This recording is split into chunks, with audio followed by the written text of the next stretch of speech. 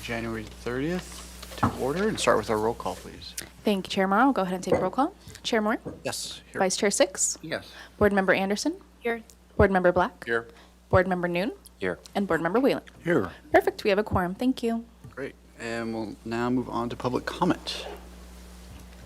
Thank you, Chair Moore. Currently, I don't have any participants via Zoom. We did not receive any general public correspondence, and I don't have any speaker slips. So back to you on that. All right, we can close public comment and go to approval of the minutes for January 23rd. And if we could just have them up so we can scan through. I don't know if everyone's had a chance to look at them.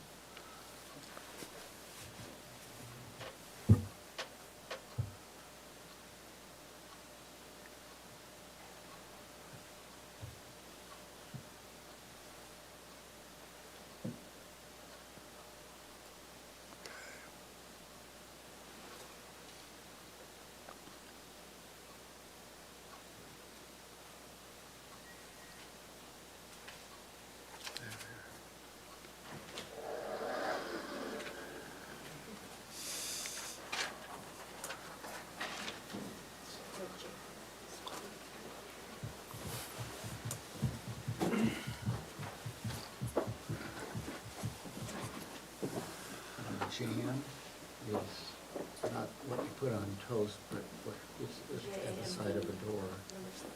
Thank you. I'll make that correction.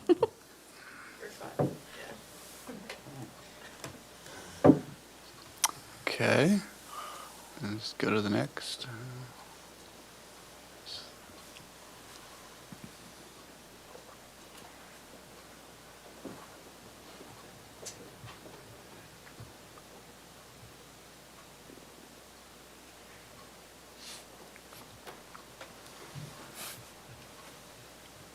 All right.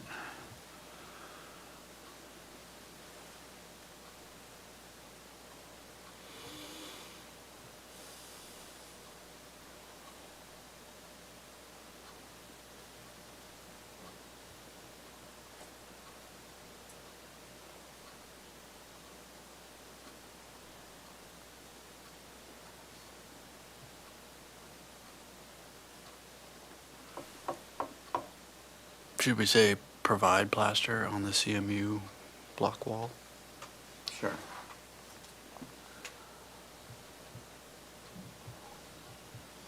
Did you vote down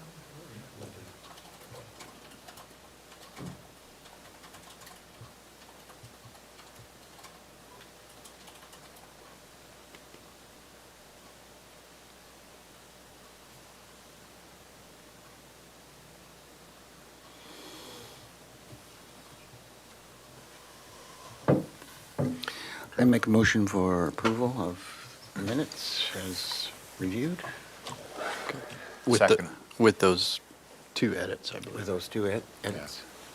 Okay. Then let's take our vote. Thank you, Chair Moore. I'll go ahead and take roll call vote. Chair Moore? Yes. Vice Chair Six? Yes. Board Member Anderson? Yes. Board Member Black? Yes. Board Member Noon? Yes. And Board Member Whalen. Yes. Motion passes. Thank you.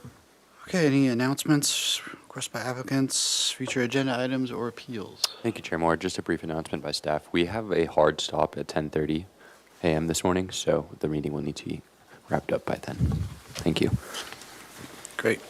Any subcommittee reports? Yes, the Airport Expansion Committee had a third meeting reviewing three alternatives, and the basic design premises that were recommended were to simplify the design of the additions, not so much windows and arcades.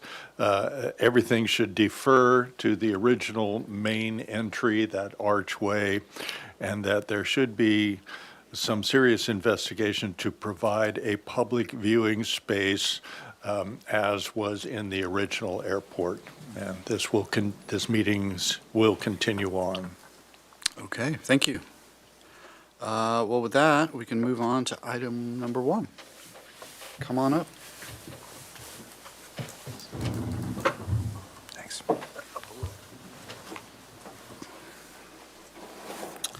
So this is 329 APS, This is a proposal for 2 new residential duplexes. The project entails the demolition of an existing 2-story single residential unit and the construction of 2 3-story duplexes. Units range in size from 2,676 square feet to 3,962 square feet. Also proposed are 8 assigned parking spaces, 2 guest parking spaces, 10 bike parking spaces. Site work includes new landscaping, driveways, courtyards, a pedestrian bridge over the motor court connecting the duplexes and patios. Final approval is requested. Project requires compliance with plans granted project design approval on February 3rd. Did we have anything from that meeting? Well, just, Hold on, they're going to pull it up. Mr. Hofhauser, do you just move the mouse on that laptop there? Let me get up, there we go.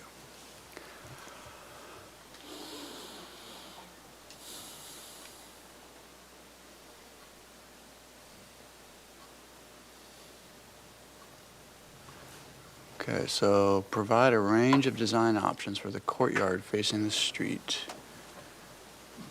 And that's really it. Okay.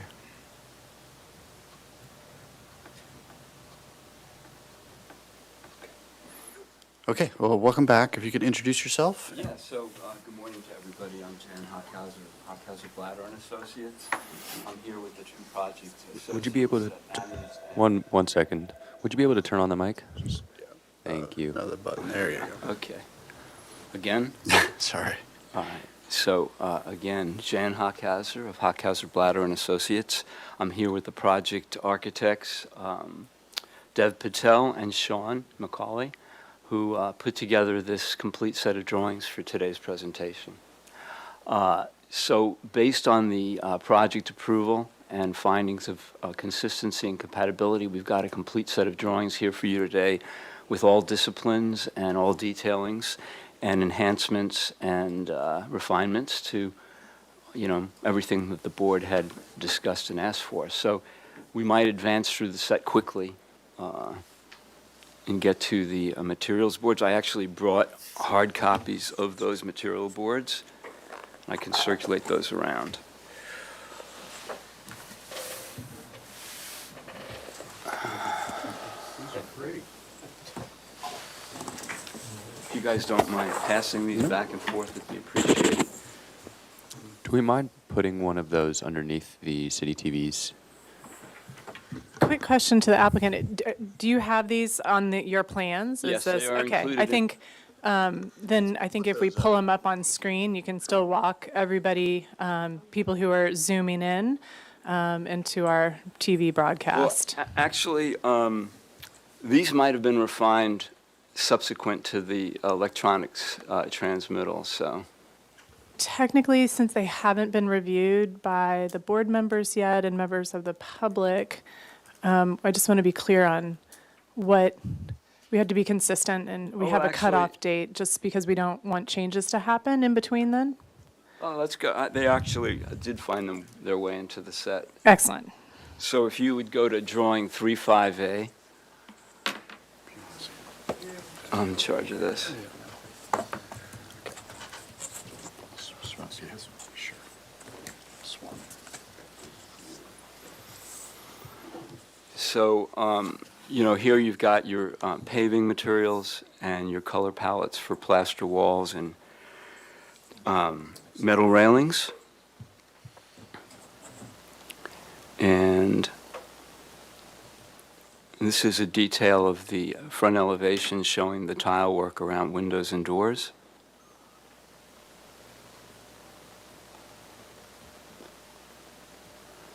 And here we've got, awning accents, escutcheon heads for gutters, typical door and window details, landscape lighting, and pottery that's used. And then here at the courtyard, either side of the courtyard, is a bench and a fountain, and that's a typical detail on the side wall of the courtyard with the Malibu tile colored tiles selected, as well as the underside of the bridge element connecting the two duplexes. And Here's a detail either side of the entry courtyard.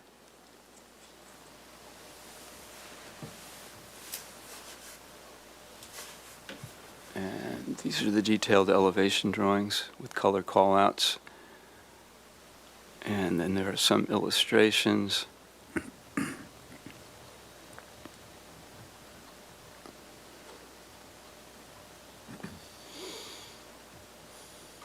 Detailed landscape and paving plans that show the decking material.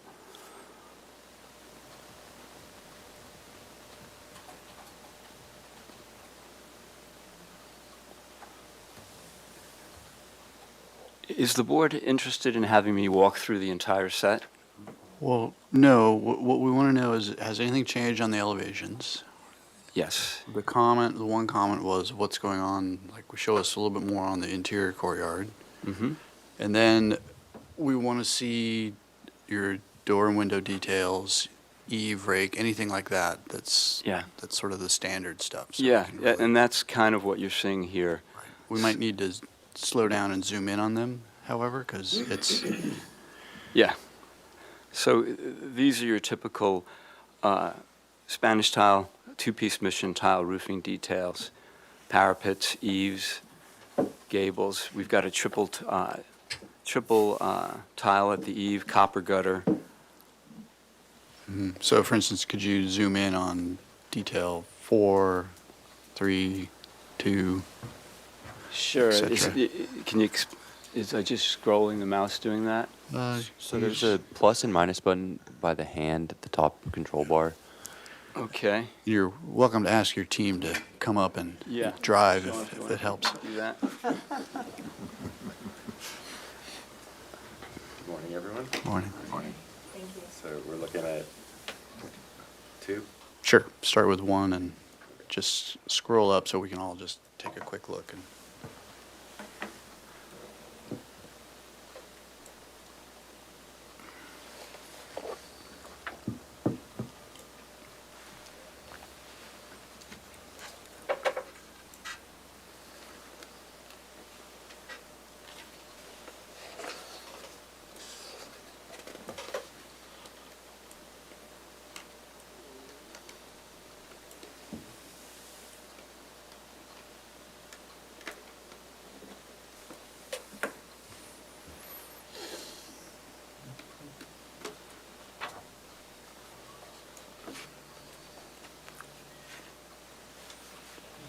Okay. I'd like to go to the next page, if we may, A9.6, and then there's some additional details for chimney terminations, escutcheon heads for the downspouts.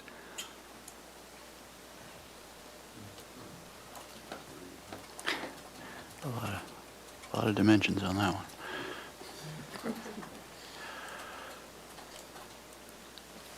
Budget on this one. Yeah.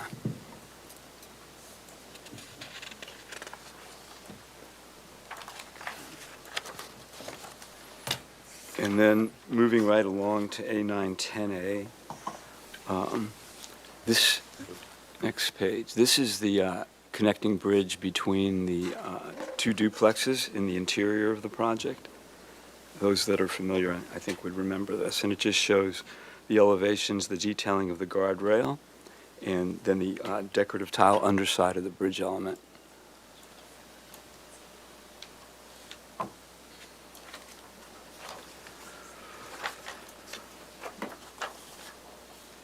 And then if we go on to A911, you can get some of the detailing of either side, the embellishments to the side walls of the courtyard, the one being the fountain, the decorative fountain,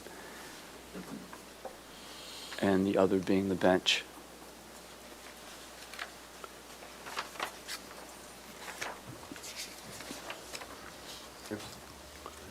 Yeah, and then this A914 is the detailing around the windows at the end wall of the courtyard.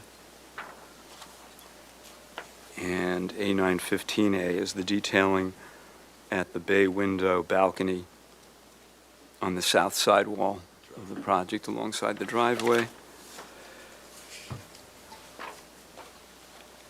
A915 is a typical interior balcony tiled ledge with a metal guardrail. And there's more of that in A916 and A917. They're all interior to the project. And if you go to A918, you can see the detailing on the plaster perforations on the rear guardrail.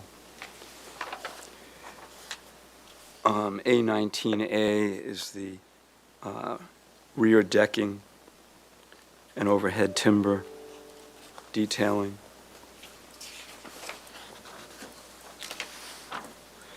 And right on through to A19 is just connection details for the timbers.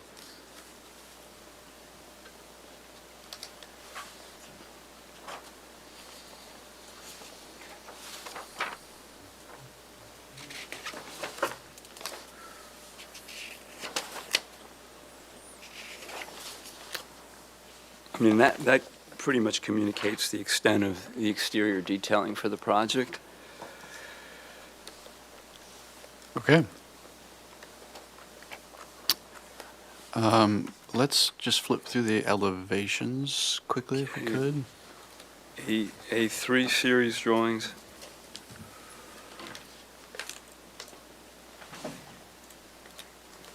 Starting with A3-1.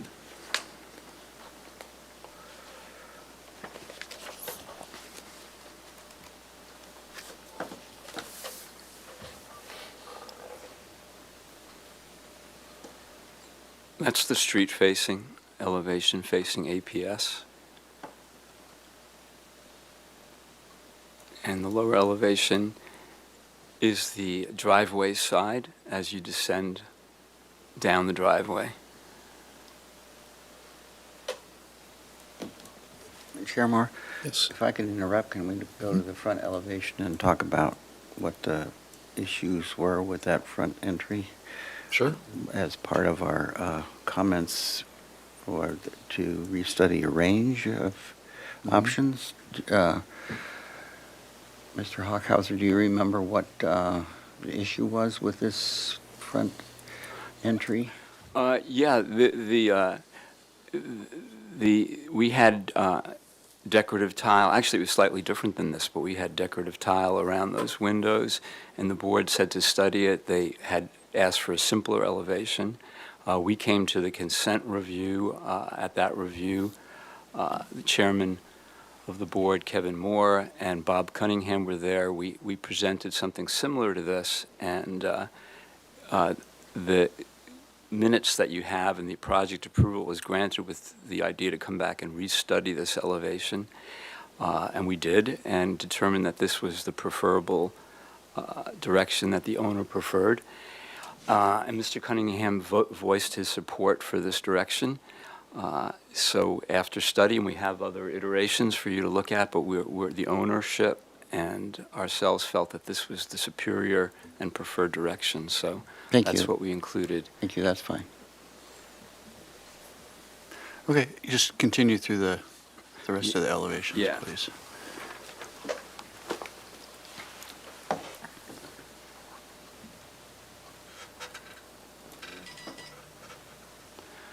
Yep, that's the rear elevation.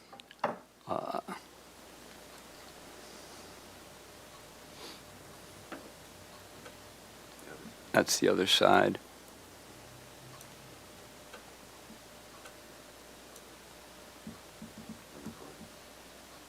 Yeah, that's interior to the project. You can see the bridge element in the middle.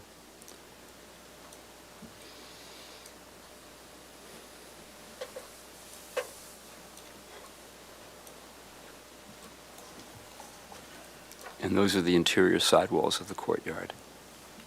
Oh,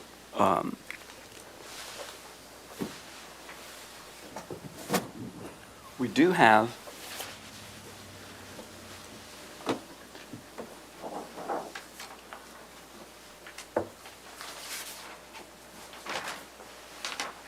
some views that I think we could share. If I could just ask, Chair Moore, if you don't mind putting those in the middle or right underneath the camera, and we can ask City TV to zoom in on it. Thank you.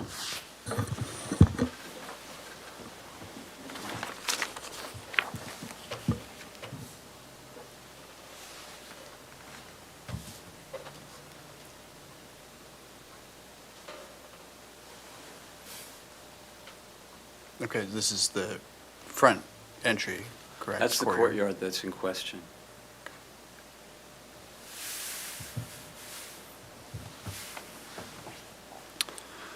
Okay, do you have anything else you want to add? Yeah, I might have another view to include there.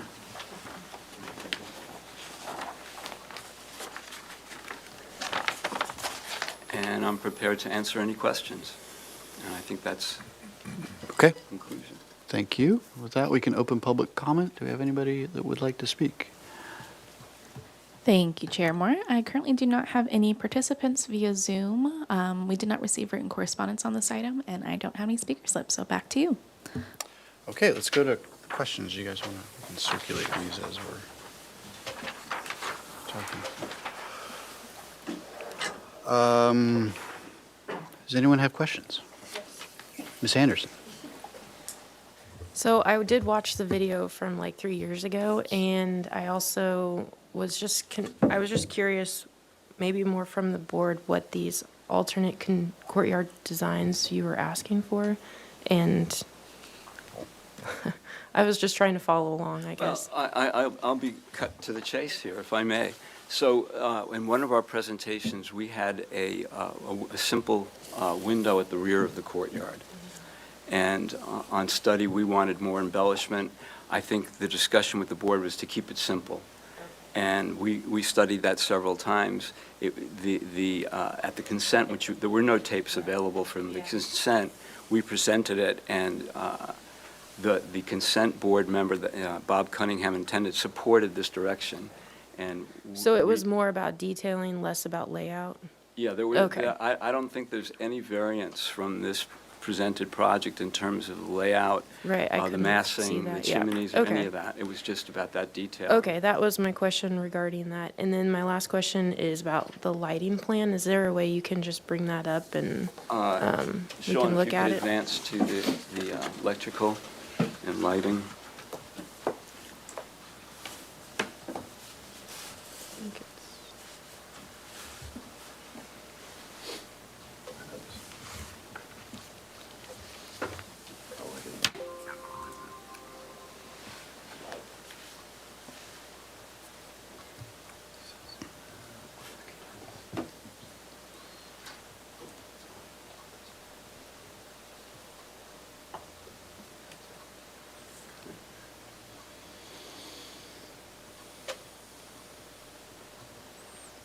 And I think the question is just the exterior lighting, what is it, where is it, all that. Yeah, so it's indicated on the elevations that and the type of fixtures are called out, and then the type of landscape lighting fixtures, but the specific locations are indicated on this plan. I think there's some variances where the landscape lighting is going to be placed, within the gardens.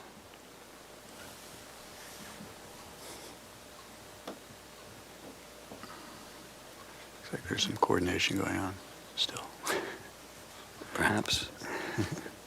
All right, those are my questions. Okay. And what is the lighting, the exterior light fixture?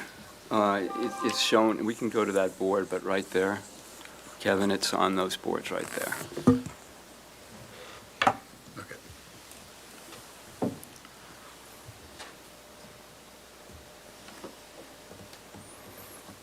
Okay. Vice Chair Six.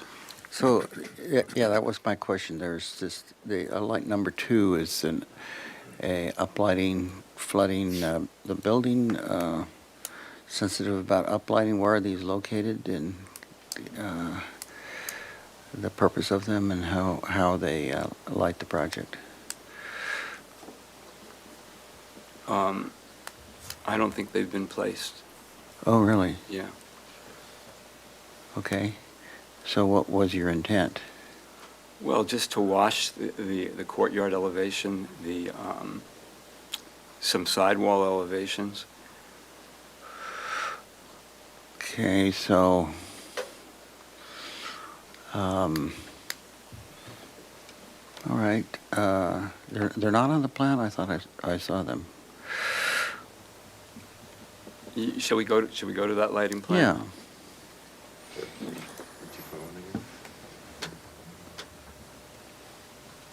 My thinking was that the wall-mounted fixtures on the building were indicated and drawn on the elevations, but I'm not sure that the location for landscape lighting was actually. There you go. What's 17, what is, Those are going down the driveway on the retaining walls either side.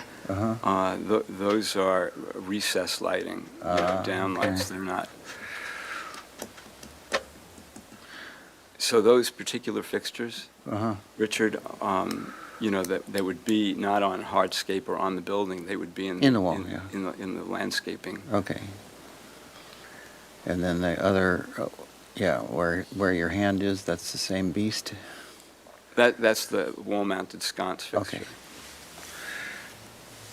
And then, so you don't have these floods located on the exterior perimeters of the, No, the floods are not located. okay. Thank you. Okay. Mr. Black, any questions? Questions? No questions right now. Mr. Noon? No questions. Mr. Whalen? None for me either. Yeah, I think it's just this lighting question is, your intent is to when you say wash the elevations, are you talking about you want to uplight them with these ground-mounted low voltage Right, but lighting? only the front elevation from the street, that, in our view, would be appropriate, but not the side elevations because of compatibility. We don't want to unnecessarily affect our neighbors. Mhm. Okay. Any follow-up questions? Okay, let's go to comments. Who would like to start?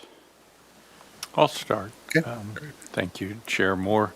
I think this is ready for final design approval. I think it's very much in character with the Santa Barbara style, but with fresh details and ideas. Thank you. Okay, does anyone have anything to add to that?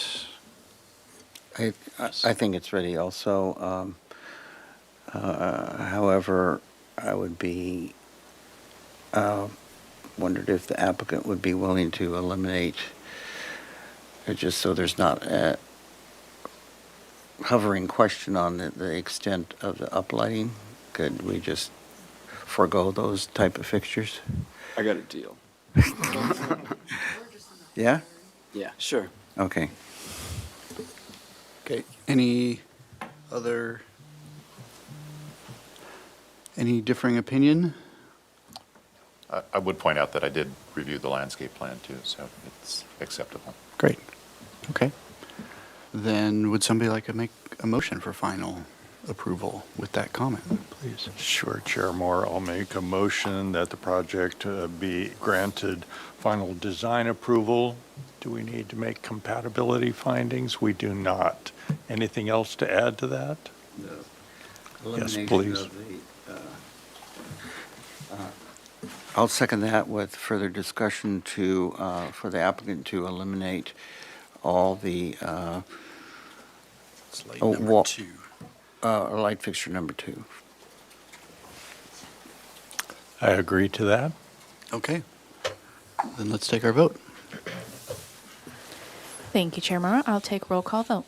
Chair Moore? Yes. Vice Chair Six? Yes. Board Member Anderson? Yes. Board Member Black? Yes. Board Member Noon? Yes. And Board Member Wheeler? Yes. Motion passes. Thank you. Okay. Thank you very much. Thanks, you guys.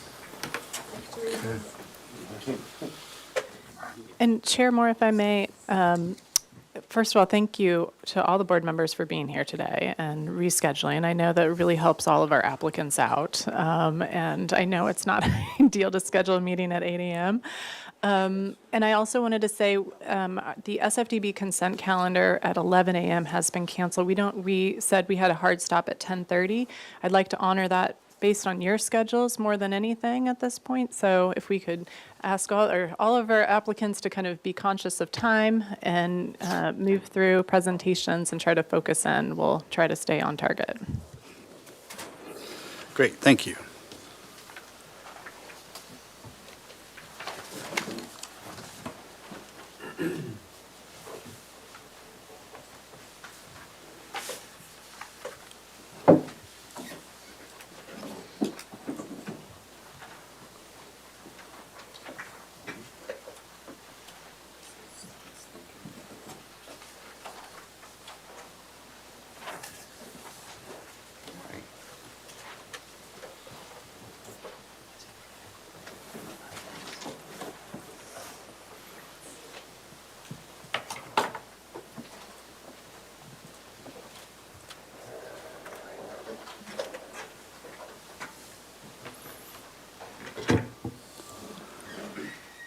Okay, we can move on to item number 2, which is 1810 San Pasqual. This is a continued item for project design approval. This is a 2-story accessory dwelling unit, 2-car garage, and 2-story 3-bedroom residence.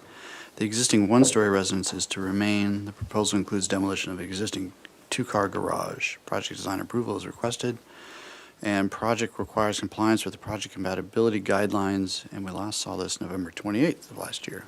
Welcome back. Thank you. Introduce yourself, and then if we could have our motion up. My name is Jose Luis Esparza, architect. Okay.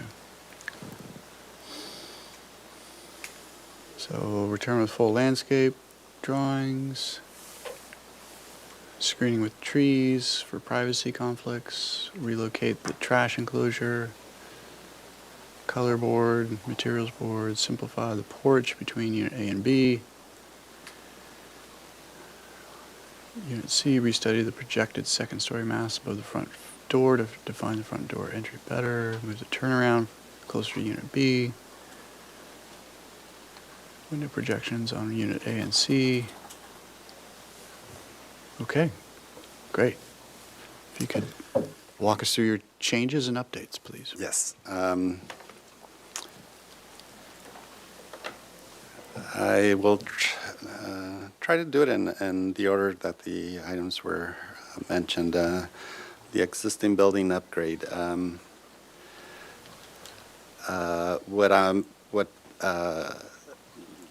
changes that I made since the last meeting were that I added the color schedule and the light fixtures so that all of the buildings have the same exterior light fixtures. The light fixtures will be adjacent to the entry doors and the back doors. They're shielded, so they're dark sky compliant. And I've got the color schedule here. All the buildings will have the same color schedule. I did bring in a hard copy just because the one that was scanned, the brown just doesn't, and the yellows, they're. I just like the original better. So if you want to look at that, and it is the same sheet, so no changes. And here's the cut sheet for the light. So it'll be a LED shielded, dark sky compliant. The landscaping is provided on L1, and shielding of the existing unit windows are here. This window's being shielded by this tree, the bedroom window here, and the living room window here, as requested. And we're providing play areas with the artificial lawn, so we're keeping down the water use requirements for the unit. Details and irrigation plan. We did move the trash enclosure per suggestions, so now it's here. And we were able to get an extra 6 inches of landscaping here. Did have to trim 6 inches off of this corner to make the maneuvering work. And then the color boards are on all of the elevations. And like I said, they're all the same color board. So if we look at one, we can, it's reflected on all of the elevations. So all the buildings will be the same color, same materials, matching materials. The porch, on this unit was revised. If we go to the elevation, it was, after the steps, it's extended, and then there's a back stair. So if we go to the floor plan, we come up, and then this is tied to the building. Then it goes back, and then we have the stairs going to the open yard. And this was trimmed 6 inches to make the maneuvering. And then unit C, we wanted to have the roof over the element over the entry. So what I did on that was extended the second floor over so that the front door has a solid member over it. And that was fairly easy to do since this element is a projection, and it only affected a hallway up on the second floor. And the renderings were also updated. So we see the landscaping looking back at the back of the existing where it's being revised or remodeled, the open space. We also added a eyebrow roof over the side or back doors for the front and the rear unit.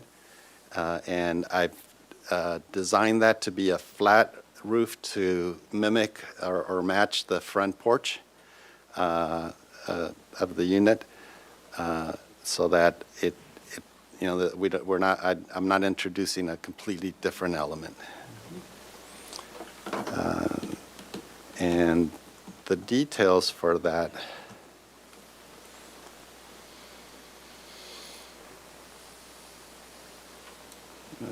let's see, here's the detailing. So we've got the typical eave, ridge. This is the trellis or the little trellis over the on the back unit near the entry.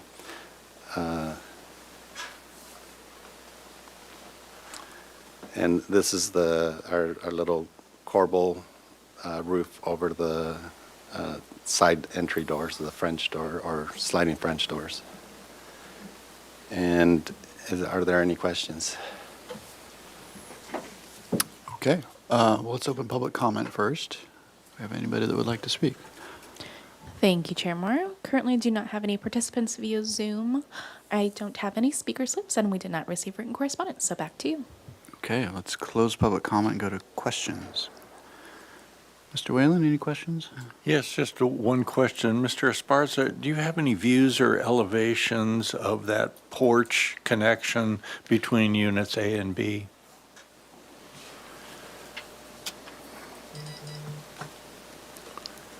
Let's see.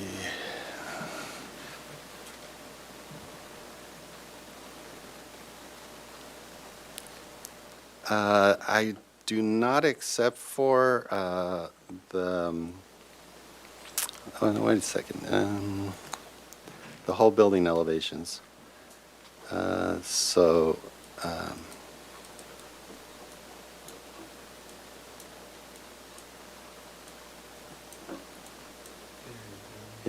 Here's the front unit, here's the existing unit, and here's the porch connection.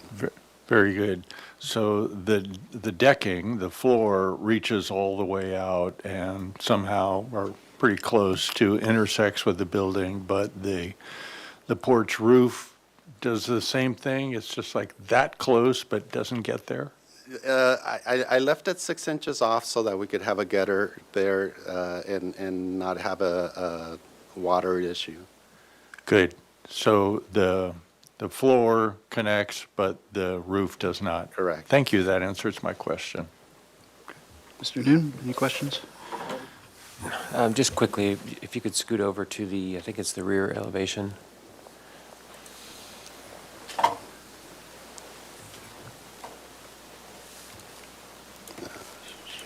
The one that had that little, you referred to it as a brow, I think. Yeah, that south, left side, yeah. Yeah, here's the front unit, and here's the rear unit Okay. with the French doors. And do you want me to zoom in on it? No, that's good. I was just, I guess it's sort of a comment and question, maybe question for the rest of the board. It looked pretty heavy, that brow. Did you consider maybe eliminating some of that detailing in that brow? I try to keep it as light as possible using 4x6s, and the elements are 3x at the top. I might be able to lighten it up by making that horizontal piece of 4x4 because it doesn't. There's hardly any weight on it. Okay. Just, But I did try to keep it as light as possible, and I do have a 2x decking so that underneath so that it matches the front unit. okay. Thank you. Yeah. Mr. Black? No questions from me. Vice Chair Six? So I assume that our, Mr. Haspasa, of the trees that you mentioned on the site, on the landscape plan, took care of the property privacy issues, both north and south, is that correct? Yes. I don't think we need to go over it.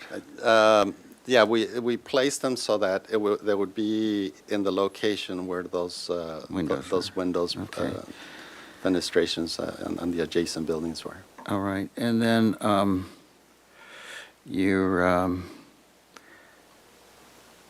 do you have a general note on your technical drawings to clean up the paraphernalia on the existing house, such as the exposed plumbing and so forth? Do you have somewhere covered on your drawings? Yes, That's all right. You have it somewhere. yes, Okay. it's on the floor plan. All right, and then just a comment, correction, notice you have the porch connection on the site plan, but your demolition plan and your landscape plan shows the porch in the old configuration, so if you'd correct that. Yes, Okay. I'll make sure the landscape architect. Very good, corrects it. thanks. Ms. Anderson? No questions. Okay. My only question has to do with the yellow paint.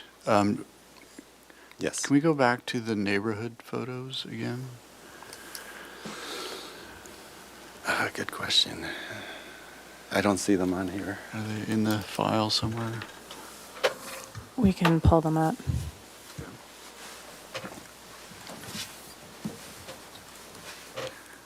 It seems like a lot of yellow. I guess that's my thought. Yeah, So- and I try to lighten it up by having the lighter yellow for the gable ends. Chair Moore, they're up on the screen. Okay. See, our neighbor is like a pale yellow.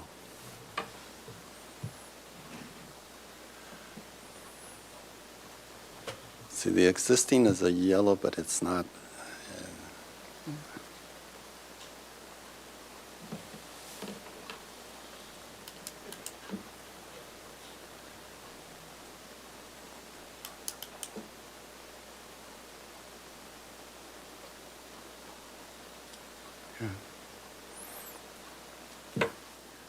And is this the yellow that your client wants? Yes, he's approved the colors. Okay. Okay. Any other follow-up questions before we go to comments? Okay. Mr. Whalen, would you like to start? Sure. I'm sort of torn on this solution. It's very workmanlike, but the details rise above the general architecture. But I regret the loss of the presence of the original building, over 100 years old. On site, it's buried, and the reflection of that original design in the new buildings. However, I'm prepared to accept the project as proposed. Okay, Mr. New, Done. Mr. Black? Yeah, I'd agree with those comments. It's suitable for PDA. Okay, Vice Chair Six. Yes, is, question to staff is, can we give this final?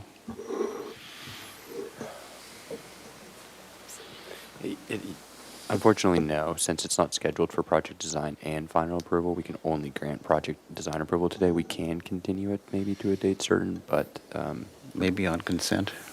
we could do that, yes. Okay, and I do agree with, I think where Chair Moore is going with the intensity of the second color, yellow. I mean, that multiplied on all those walls is just really a lot of yellow, and if we could,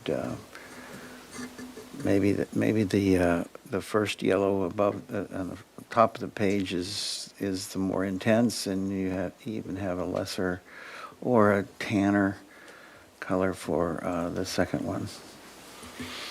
Those are my comments. But other than that, I think it's a very nice project. Ms. Anderson? No comments. Okay. Yeah, I agree. I think it's a suitable location. I think the mass bulk and scale, like we said already, is acceptable. You know, you're really cramming a lot of housing into this one lot. So, and I understand how difficult that is with the turnaround and all of the needs.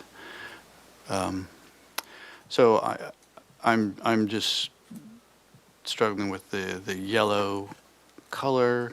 I feel like it's going to be very bright for that area, and there's a lot of building to paint. So I would be in support of a motion for project design approval to come back to the consent calendar, but with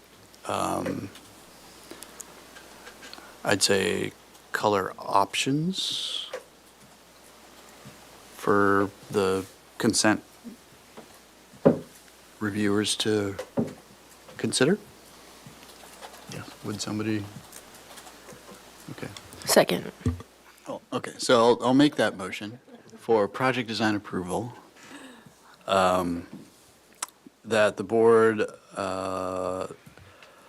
appreciates the detailing and efforts that have gone in to the design, and that the project can return for final approval on the consent agenda, and that the applicant shall provide multiple exterior paint options in both the rendered views as well as physical paint chip samples. Okay. Is that okay with the seconder? Second. Yes. Mr. Chair, and to the seconder, are, just for clarification for the applicant and property owner, are you looking for something more muted or kind of directionally? Can you maybe be just Sure. a hair more specific for the minutes? Sure. I think the intent is to provide options that are a little bit more muted and less intense or bright. Okay. And can the seconder just agree to I that? agree. Under discussion, I have Yeah. a question. So I'm not sure I'm thrilled about having all three buildings be the same color, and I'm just wondering what the rest of the board thinks about that. I think just a little variation would be a plus for the project. Well, I don't recall exactly, but I think we tried to we steered the applicant in the direction to try and bring these buildings, tie them together. So I think that's why we are where we are. Okay.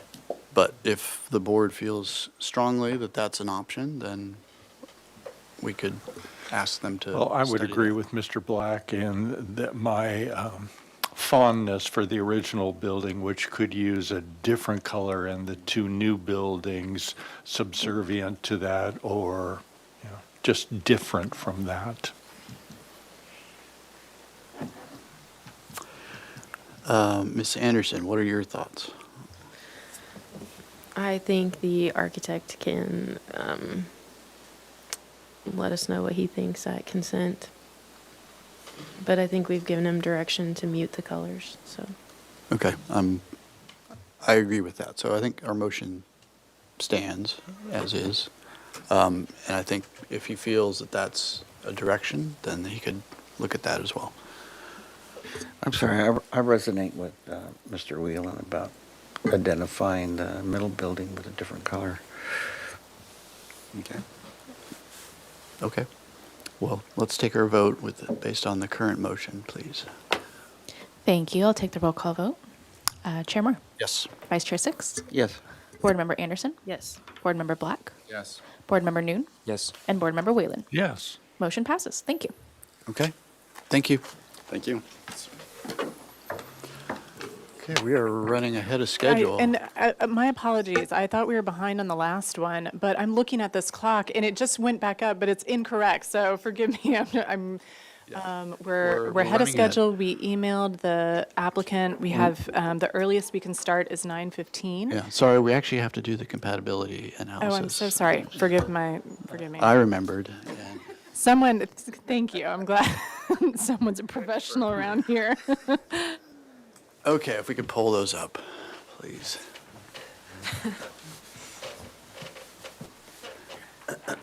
Such Okay. is the price we pay for an 8 o'clock meeting. I know. Okay, so number one, the project is consistent with the design guidelines for that location.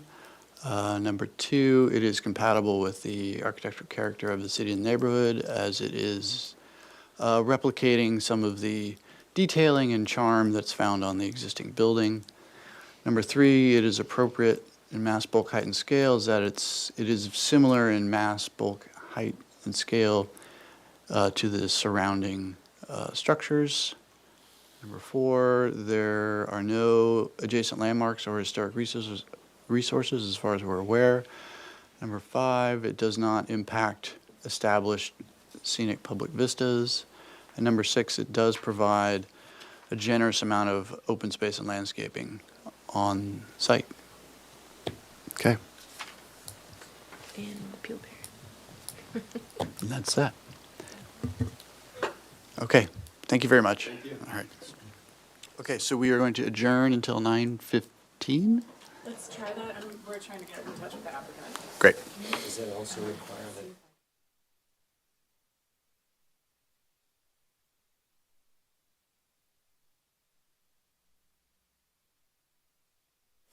Thank you, Mr. Noon.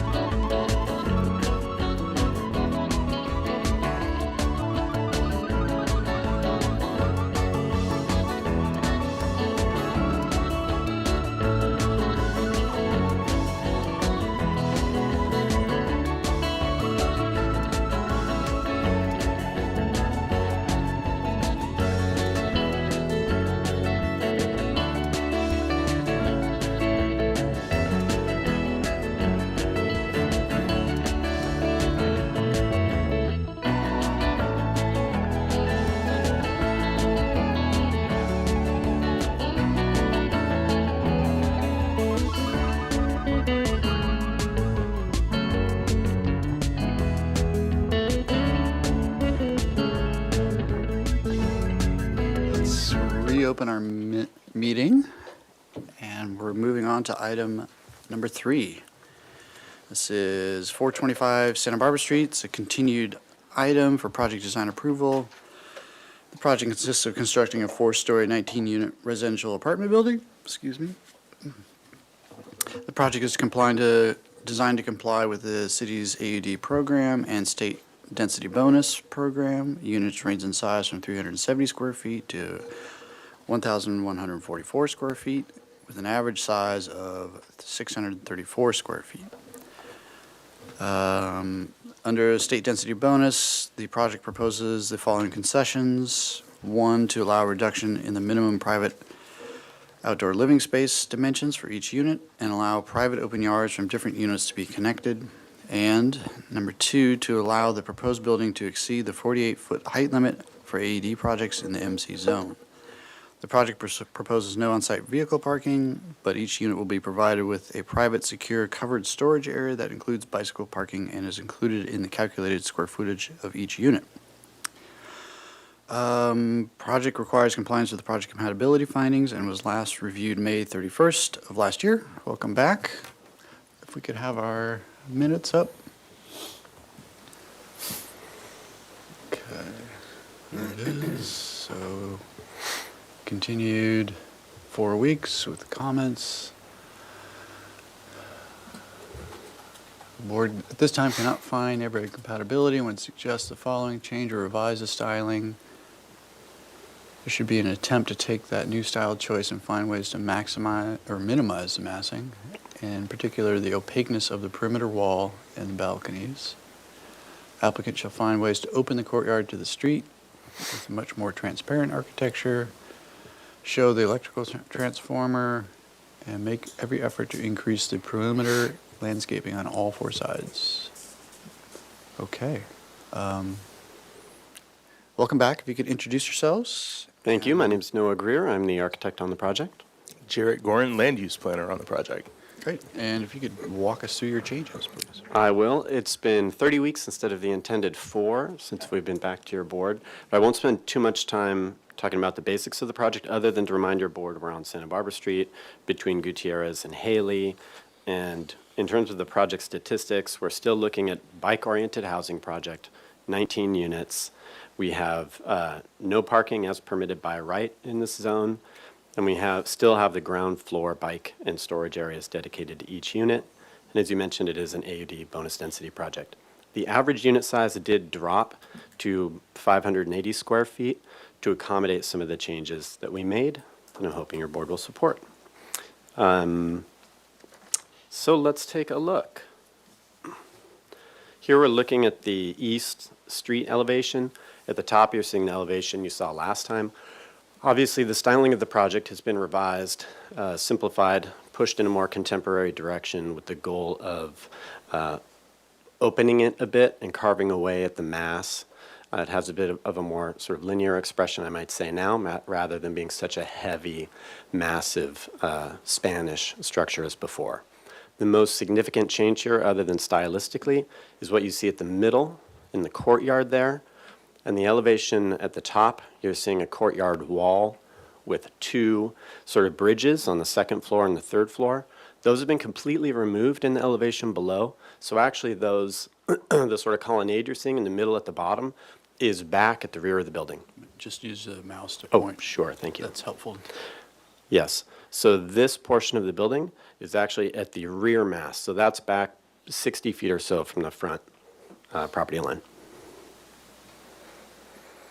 Okay, and then here at the south elevation, where we're neighboring a driveway, essentially, you're seeing that the basic organization of the building is similar. However, the balconies have been opened substantially. And in fact, they're shown fairly solid in brown through here and here. But the notion is actually that those would be wood elements that are quite open visually to add openness to these balconies. Most of these corner balconies, in fact, all the corner balconies are open on 2 sides, so they're even more open than they may appear here. Substantial change to this elevation, again, which faces the driveway for the neighboring property that comes along this elevation and then back here, is that this mass that we had before has been carved away substantially, removed here, pushed back here, and then we've also carved out a tree well planter here that we'll see in plan later. Now the west elevation, which is facing the parking lot. Here, the basic organization, again, similar. We increased the depth of this sort of central break in the massing from before. And previously we had a stairwell there. That's been removed. Both of the stairwells have been located at the front street elevation now. And that gave us some more flexibility. Okay, turning the corner to the north elevation, facing the tire shop. Again, you're seeing balconies that are substantially more open than they were before. And then here on the left, where we have Santa Barbara Street, you're seeing the new stairwell that was relocated from the rear to the front.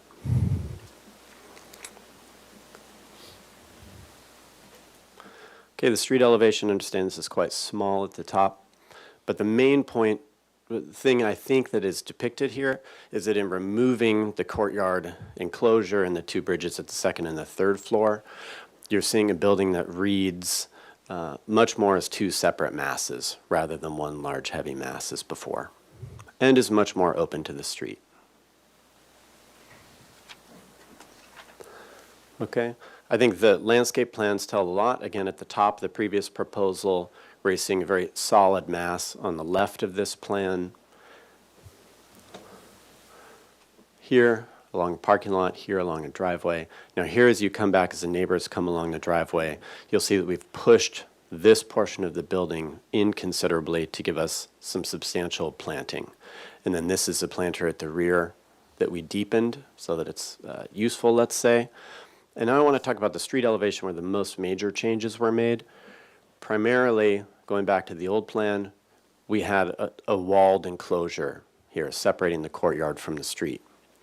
And we probably had a 3 to 4 foot planter or even less once you get to this portion of the building at the street. Now, we've substantially opened the courtyard to the street, and we're able to frame that opening with large, deep planters that can actually accommodate real plantings. And then with the inclusion of these 2 stairwells, as we have them here, we've given ourselves the ability to have more, say, relief in the massing, especially here on the east side from the street. One of the things we talked about before was accommodating a transformer, always a challenge. We do have a sizable transformer required. And in pushing the building back here, we've enabled ourselves to provide, the required clear area that we need, and also an actual landscaped area around it.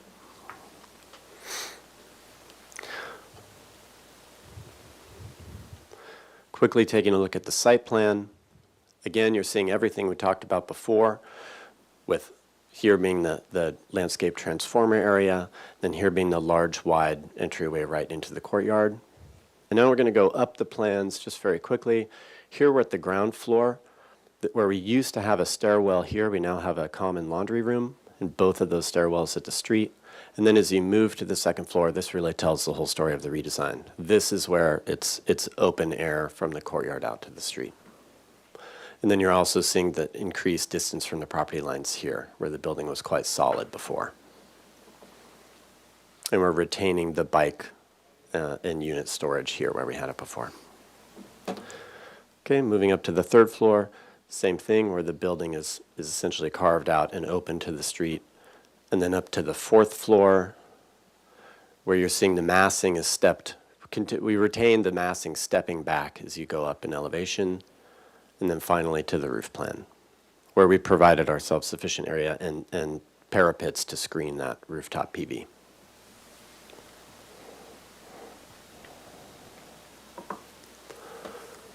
Okay. With that, I think I will stop here, and I'm happy to answer any questions. Okay, thank you. We can. Oh, I'm so sorry. Real quick. Yeah, so on land use stuff and neighborhood compatibility, I remember at the last hearing, a board member asked, are there any other buildings that are 3 and 4 stories in this neighborhood? And my answer at the time was that the one immediately behind us over on Anacapa Street, Anacapa Studios, is about the same height as this, and you could see that in our street elevations. But I was talking with Ed DiVicente and Ryan Mills over at DMHA the other day, and they reminded me that your board has granted design approval to the 219 East Haley project, which is 34 units and 4 stories, it's literally around the corner from us. So if you go to Haley Street and turn right in the middle of the block, it doesn't exist yet, but it's one of those AUDs that will be there. We're always looking at compatibility in terms of, with these newer projects, what's going to be there in the future. And that's one that's gotten your project design approval, and we assume it's going to be there in the future. So I did bring a couple of plan sheets of that if anybody wants to look at it, but you're probably familiar with it. And it turns out you actually had looked at that one about a month before we were here last time. So just wanted to add that. Thanks. Okay, thank you. We can open public comment now. Do we have anyone that would like to speak? Thank you, Chair Moore. We do have one hand raised as of right now, Sheila Lodge. Ms. Lodge, I'm going to go ahead and send you an unmute request. Please go ahead and unmute, and then you have 2 minutes to speak.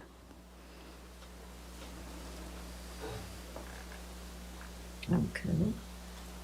Am I on? Oh, okay. There Yes. we go. Good morning, Chair and members of the board. I am Sheila Lodge, a member of the Planning Commission, an alternate Planning Commission liaison to the AVR. So I follow what's going on. at the ABR. I am, however, speaking for myself. The proposed change to the formerly approved design creates an ironic situation for me. When 425 Garden Street first appeared before the ABR, no one was happy with the design. It came before the Planning Commission for some land use issues, and when it was there, I suggested that the applicant look at 425 Santa Barbara Street and its approved design, the one that is proposed to be changed. You recently approved the revised plans for 425 Garden in its Spanish colonial revival style. It'll be another 4-story building, by the way. And it was because the applicant looked at the original design for this project. The architect has done what you asked, but you've ended up with a project that is not Santa Barbara at all. David Gebhardt, for whom the room you are meeting in was named, an architectural historian, used to say, when you look at a building in Santa Barbara here, and you should know you're in Santa Barbara. You certainly know that with the approved plans. The ones that are proposed are anywhere plans. The charter asks that you, city charter, that you consider the architectural features associated with and established with the city's long, illustrious, and distinguished past. I urge you to do so. Thank you. Thank you. Do we have anyone else? Thank you, Chair Moore. I do not have any hands raised. We did not receive any written correspondence, and I don't have any speaker slips for this item, so back to you. Okay. Let's go to questions from the board. Going to start down here, Ms. Anderson? Sure. Do you have a section we could look at, and specifically the parapet height you were describing to hide solar?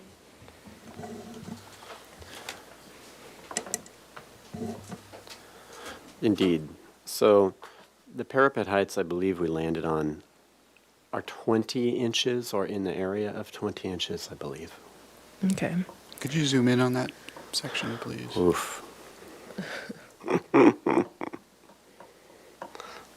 Great. Okay. And then you mentioned that the balcony would be wood. Do you happen to have any imagery or a detail of what that might look like? We do. Thank you for asking. We have a reference image from another project, complete with pots and laundry. It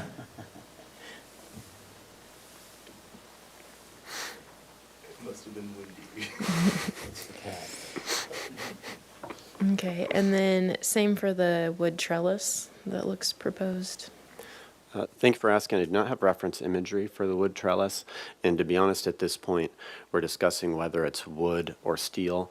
The intention is that if it were steel, it would be heavy square section tubular steel painted a similar sort of chocolate brown, and would be mimicking, say, heavy timber dimensions. Okay. And then do you have a window detail at the plaster walls?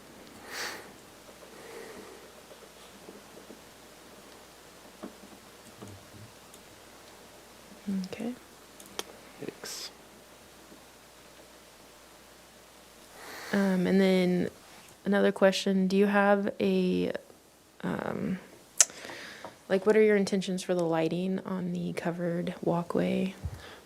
Thank you. We don't have imagery shown for the lighting yet, but the intention is generally a contemporary Spanish style, probably like an oil rubbed bronze appearance. Are you looking at a wall sconce or surface mounted or recessed? Wall sconce Okay. at this point. Those are my questions for now. Okay. And sorry, before we go further, it's just a question for staff. On the state density bonus concessions, they're looking at one for height. Can you tell us a little bit more about why the height would qualify as a concession? Aren't there some sort of financial aspects of granting those? Like, doesn't it have to result in a reduction of cost or something like that? Yes and no. Okay. There we go. Yes and no. So there is a more substantial height increase allowed through state density bonus, and I think that's what you're thinking of. This is much more of a general concession of, I want to say 45 feet is allowed. I'm sorry, I don't have it right in front of me. But up to 60 is allowed with the city charter. And so they're able to go just a teensy bit above with a concession, but it does not affect their affordability component. Okay. Sorry, Vice Chair Six, go ahead. Thank you, Mr. Chair. Your renderings suggest color changes, or is that just effect to show the recess of the buildings for the rendering? Chair Six, it began as simply an intention to show the relief, the distance from the front of the elevation. And at this point, it's an active discussion in terms of whether it's actually worth using color. Okay. Then if we could go to the site plan or landscape plan. The, just a minor thing, appreciate the planter in the rear there. Was there any discussion with the, or could there be a discussion with a neighbor to eliminate his chain link and wood clad fence so you could marry the plant? Do they have planting along that front end of that parking? And could you negotiate with the owner to either eliminate the fence and actually have planting vertical vines from the ground up, and or a maintenance agreement to take care of that little notch there? Has that been pursued? Chair Moore, Board Member Six, if you recall from the last meeting, I guess the nicest way I could describe our neighbor is hostile to this project. We have attempted to provide some landscaping by actually having it spill over our element there. There is a landscape strip between their parking lot and the fence. They've got trees in there, and I think their ground cover is mostly just mulch, but they have trees that go along in sort of a rhythmic pattern in that planter. And certainly after our building is there, the fence sort of, I agree, doesn't make sense anymore. I would say we'd be happy to go negotiate with them after this project is approved and it hasn't been appealed. Okay. And because it'd be great to get rid of that fence. Then, if that's the case, can there be a maintenance door from the laundry to that little guy? Board Member Six, it's a sticky situation, quite frankly.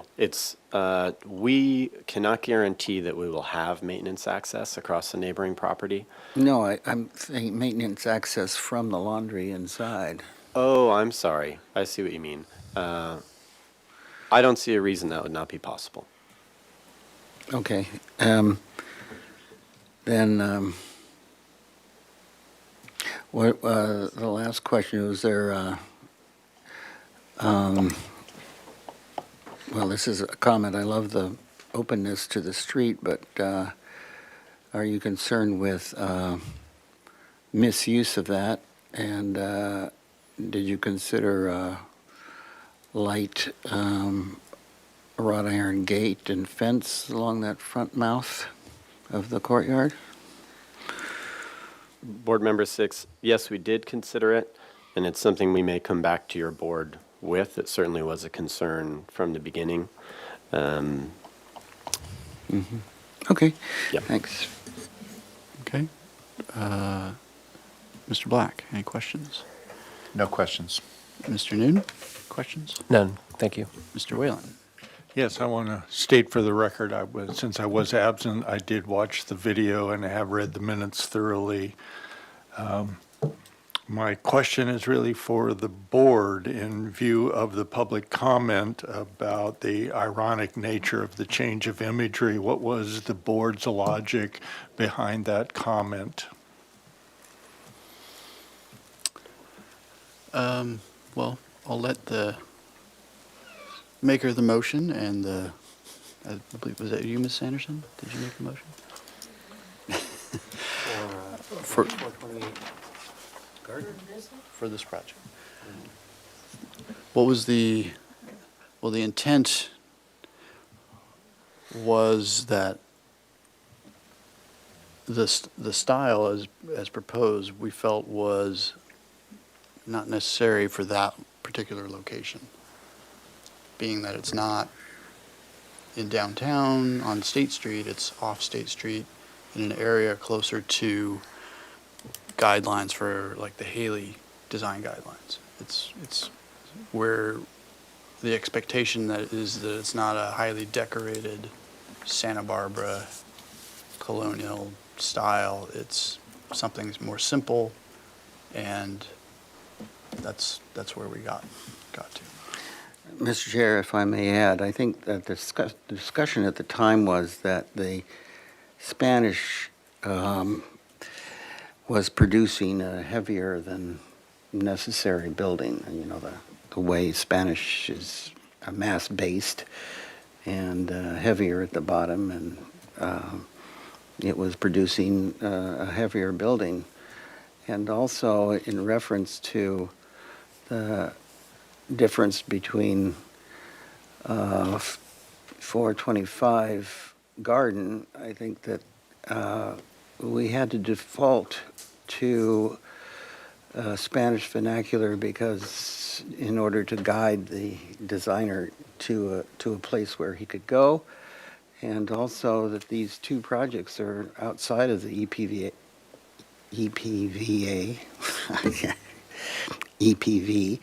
and not necessarily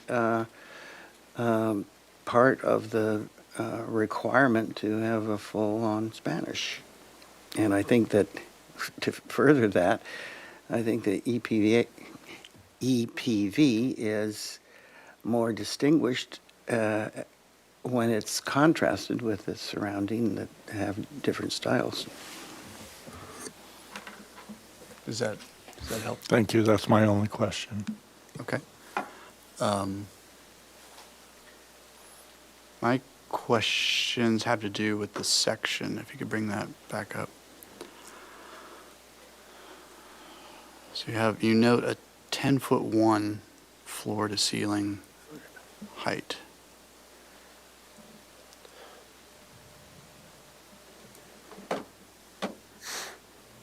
That is correct, Chair Moore. 10-1 is our standard plate height. And the units range in size, but there's an average size of 600 some odd square feet. 579 at this point. Okay. And then you spoke briefly about the height of that parapet on the fourth floor. But if we go to the elevations, would you agree that the fourth floor seems a little out of proportion relative to the rest of the project?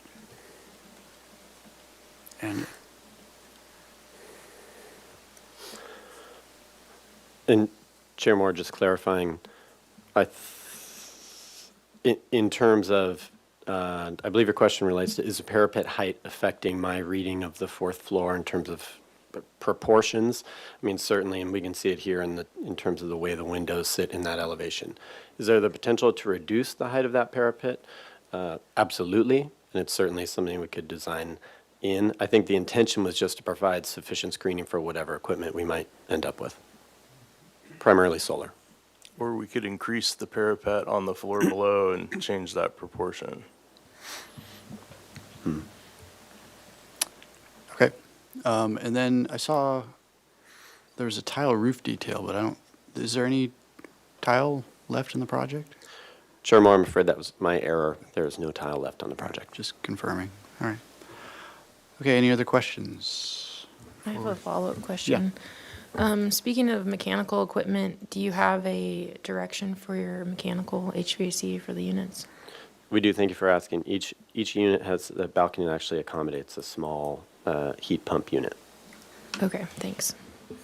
Chair Moore, so the only anticipated rooftop equipment will be the solar? At this point, yes. Okay, thanks.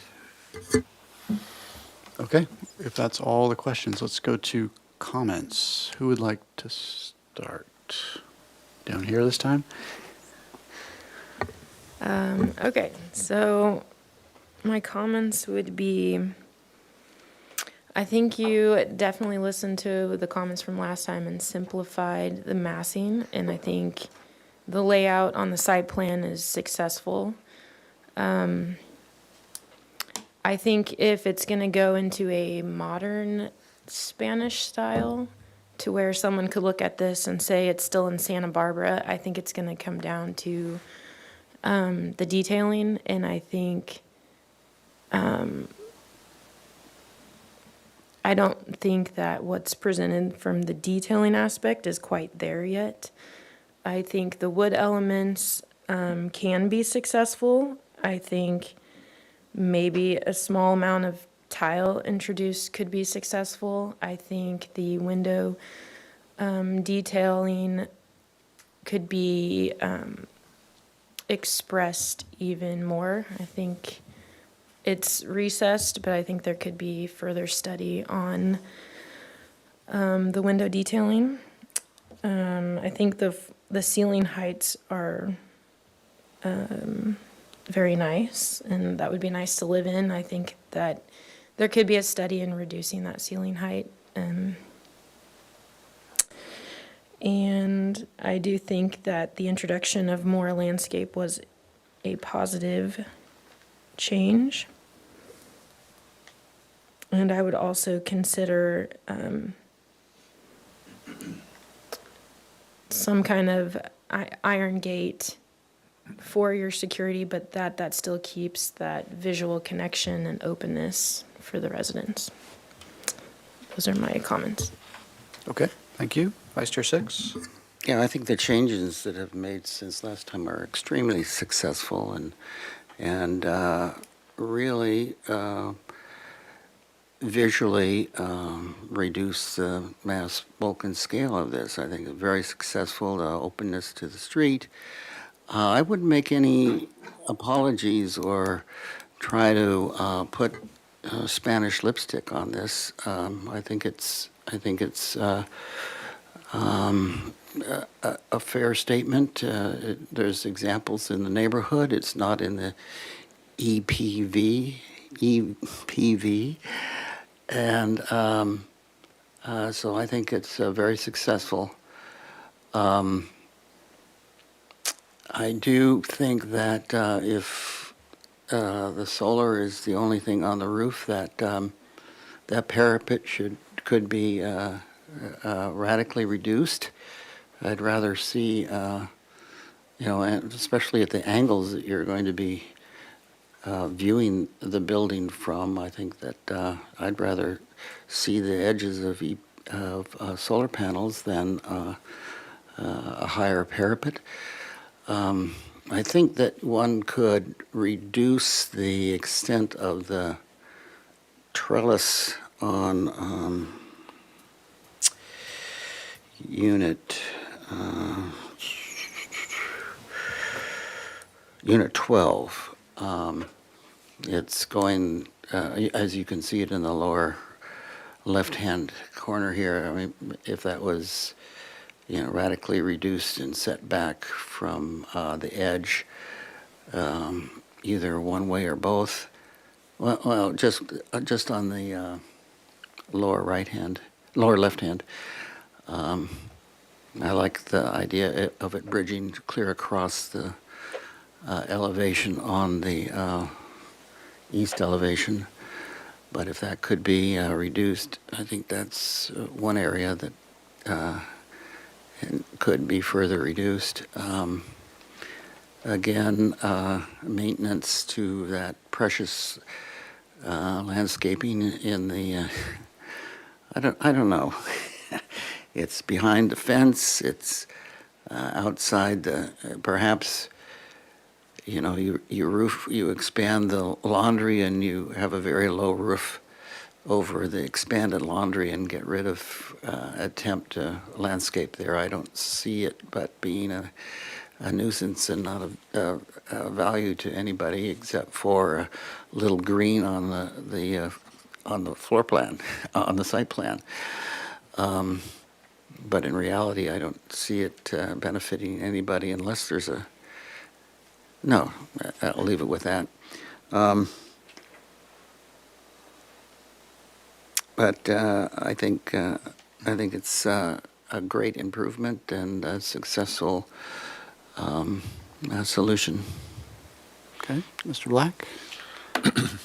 Yeah, I'd agree with most of Mr. Six's comments. I have to admit that when I first saw this proposal, I was a little bit taken aback, but the more I've sort of studied it and saw and sort of evaluated the advantages over the last proposal, I think it's definitely an improvement. And I certainly appreciate more landscape. I wish there was more, but it's what it is. So,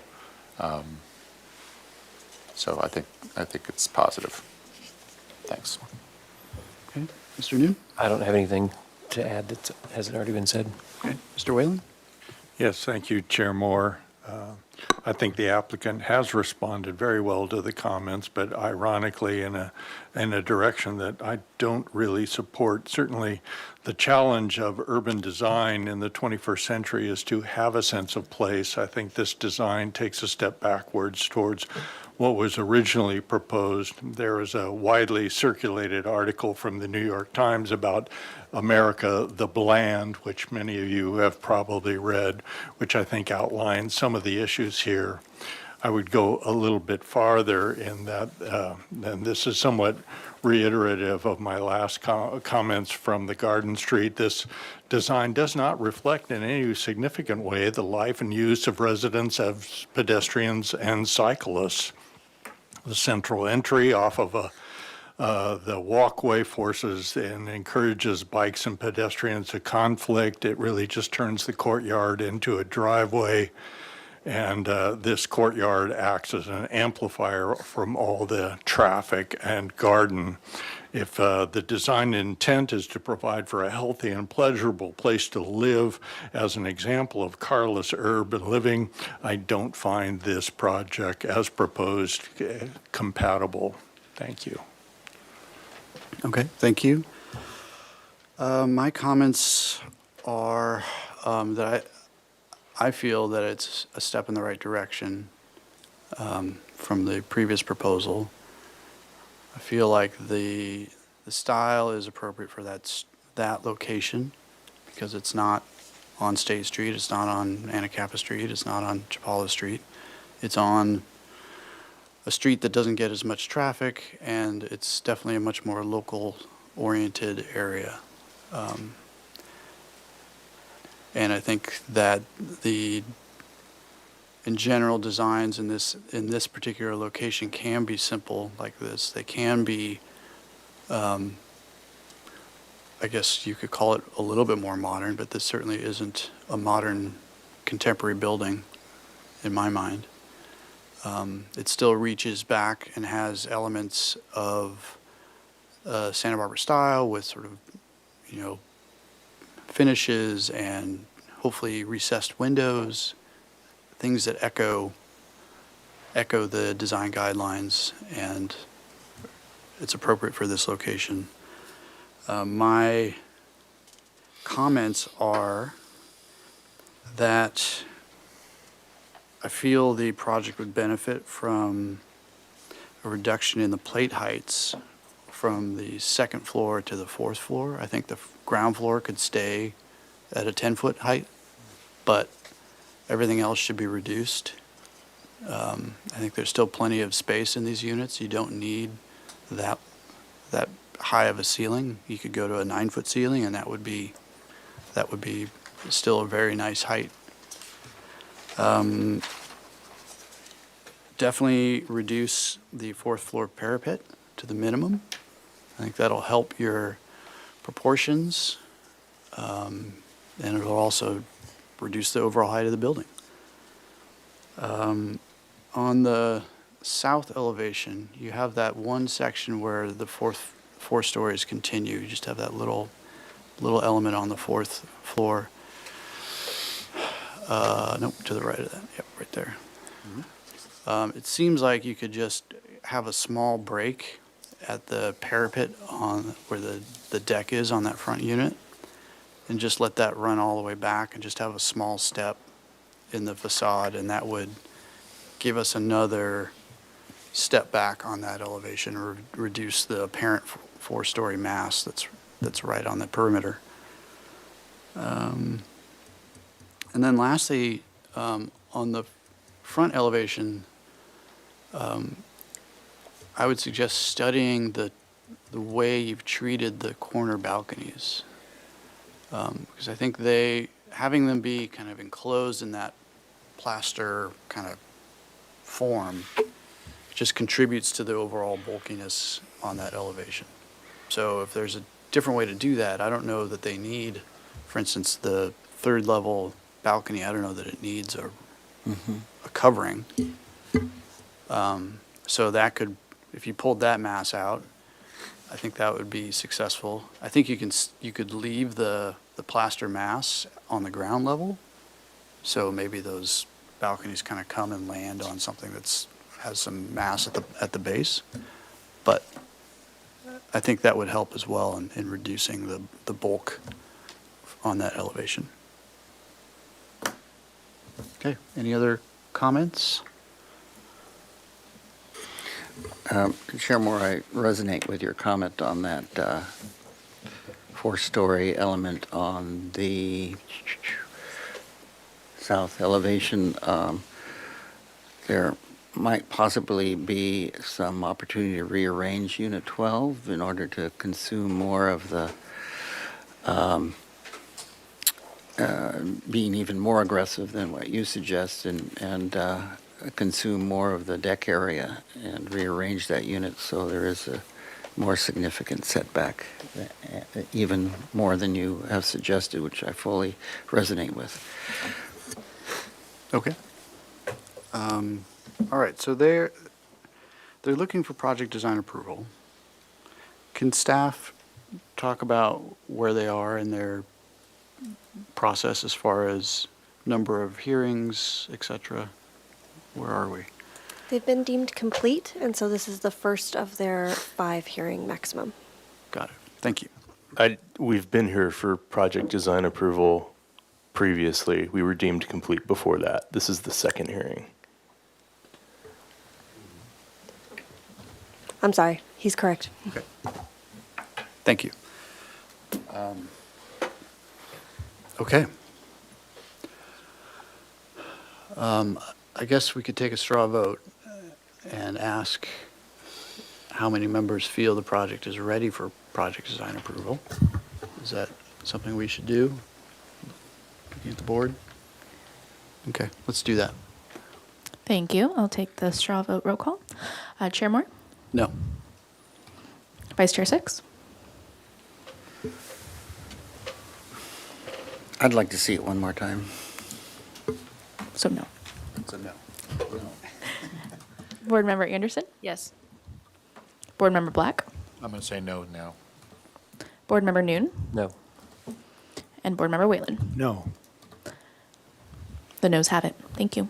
Okay. So I'll make a motion for continuance back to the full board. With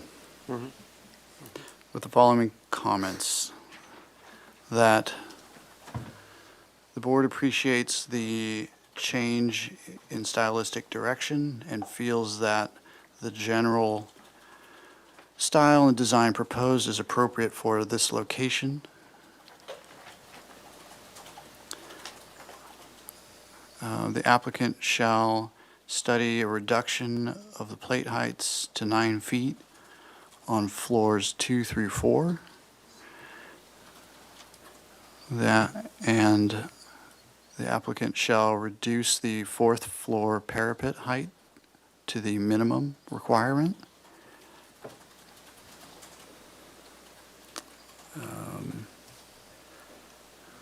the applicant shall study the south elevation and provide a break at the front unit along the third floor parapet to visually reduce the mass of the building, as well as study that unit's trellis element. And sorry, Vice Chair Six, your suggestion was to pull it back. I think that's from the enough. street? Okay. That's enough. Okay, study the reduction of that unit's trellis element.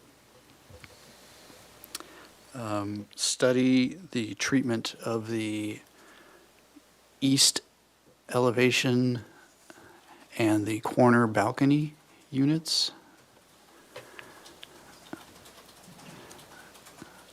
to reduce the overall mass and bulk in those areas.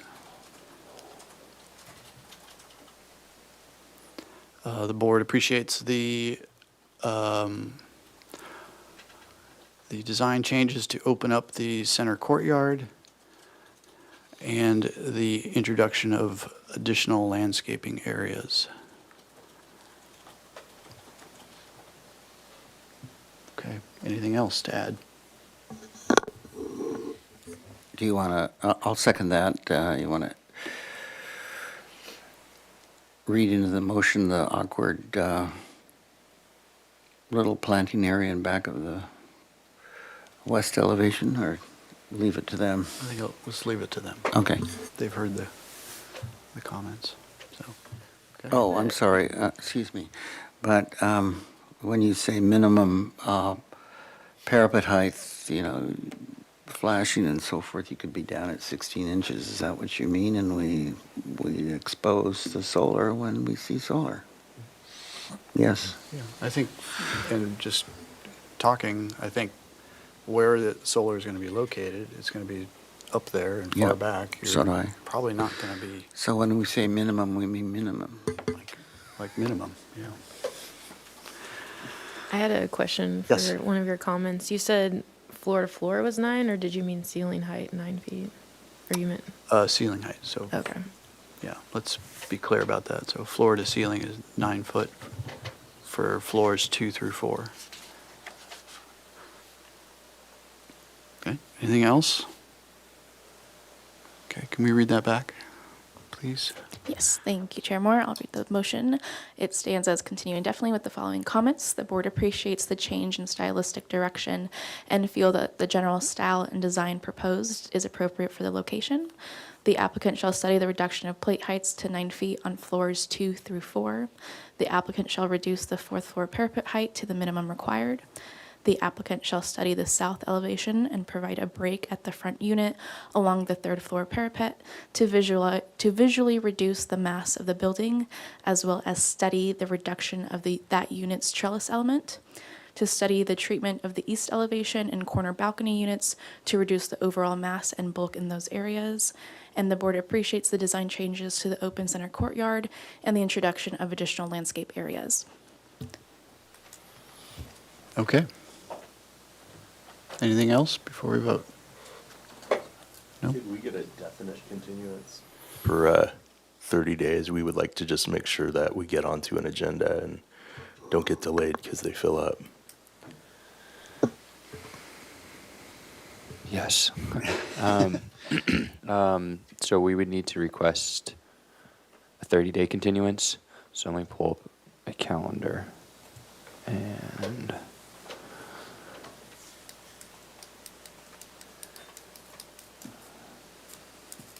I believe it's February 20th or 21st would be the next available hearing. I think it's the 21st because Monday's a holiday. So if we could write that into the motion or read that into the motion, continuance to the February 21st full board. Okay, let's do that. Okay, then we can take our vote. Thank you, Chair Moore. I'll take the roll call vote. Chair Moore? Yes. Vice Chair Six? Yes. Board Member Anderson? Yes. Board Member Black? Yes. Board Member Noon? Yes. And Board Member Whalen? No. Motion passes. Thank you. Okay, thank you. Mr. Whalen, would you like Yes, to I voice your? disagree with two of the elements, the change in stylistic direction and the opening of the courtyard. Okay, thank you. Okay, then we have finally item number 4. This is a new item. It's 1315 Hutash Street. This is a proposal for a 1,205 square foot second floor addition to the primary unit. The proposal includes the remodel of the first floor. No final appealable decision will be made at this hearing. Project requires compliance with the project compatibility findings and the urban design guidelines. Pull these up.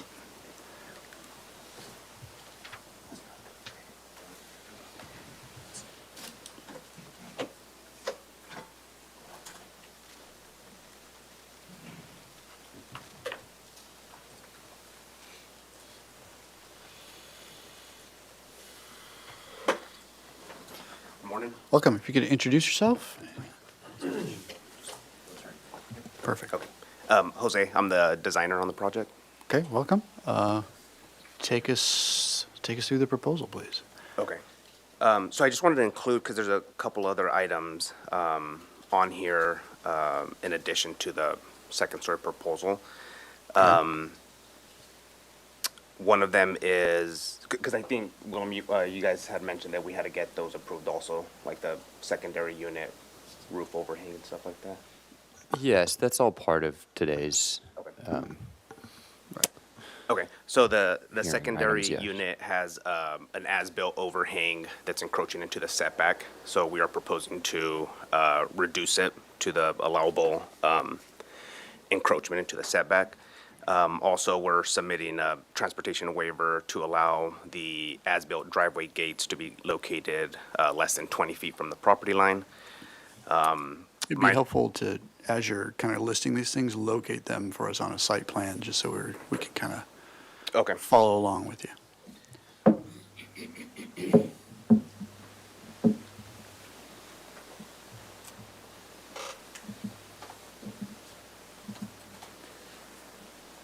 And really starting with where this project is and et cetera. So 1315 is located between Canada Street and Salinas on the east side of Santa Barbara. And I'll go ahead and walk you through just what's existing in a couple neighborhood projects. So there currently exists 2 units. The front unit is a 1-story, 1,243 square foot residence. And the back unit has a single car garage and is a 2-story, 1,001 square foot unit. Here currently, so here's the roof form of the covered porch. It's a little bit difficult to see all the angles because there's just a lot of stuff on the property. Here is an existing carport. This view is of the driveway. I have additional images also that shows the side of the house and then the rear 2-story secondary unit. This is an image in between the front unit and the second unit. Here are a couple images of the side, the rear, and then the other side of the primary residential unit. So below, these are immediate and secondary immediate properties. So here's a 2-story residence. Here's another 2-story residence with the 1-car garage, deck over. This one's the residence immediately to the left of this project, which is a single story. And then on the other side of that, there's another 2-story residential unit. And these are a couple projects across the street. So I'll just walk you through the site plan. So here, this is the existing single-family residence right here with the covered parking, and then the secondary unit with the one-car garage. So if you can see down here, you can see that the as-built roof overhang is encroaching. So we are proposing to reduce it to the maximum allowed, which is 2'5", and I could show you guys sections and elevations of that. Also, as part of this project, they have as-built driveway gates less than 20 feet from the property line, as well as sandstone walls that are above 42 inches. So we are requesting that they be reduced to 42 inches, but still allow for a railing so that it continues from the gates to the site wall.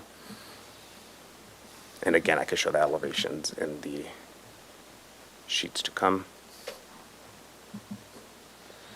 So here's the existing floor plan and with the demo. So we are trying to accommodate additional 3 bedrooms, 2 bathrooms on the upper story. So we are proposing to demo a couple of walls to make room for a staircase,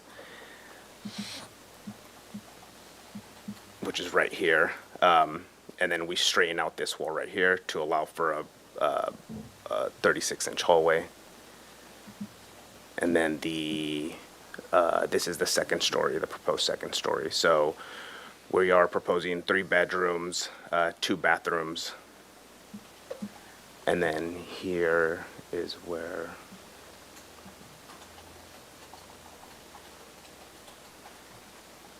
sorry, the plan of the secondary unit is in a separate sheet. So here are the existing elevations. Sorry. So the owner is wanting to keep the first floor as is. They have white vinyl windows right now, and they also want to keep the first floor covered porch with a carport. So when we were working on the design for the second story, we wanted to do it in a way where we kind of minimize the verticality of the structure.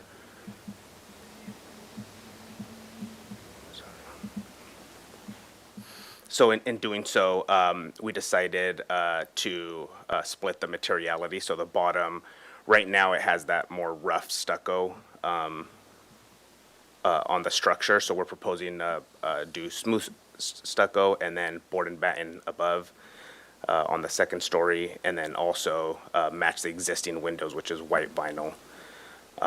Also, in trying to minimize the verticality, we are proposing in certain areas to add a roof skirt. So you can see right here in the back elevation, just to break up the massing of the unit. And then here we have the south elevation right here also. So this is the elevation from the driveway.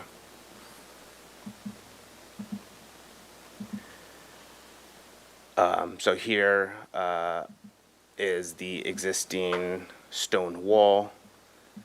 So because of the 10-foot visibility triangle, we are proposing to remove partial wall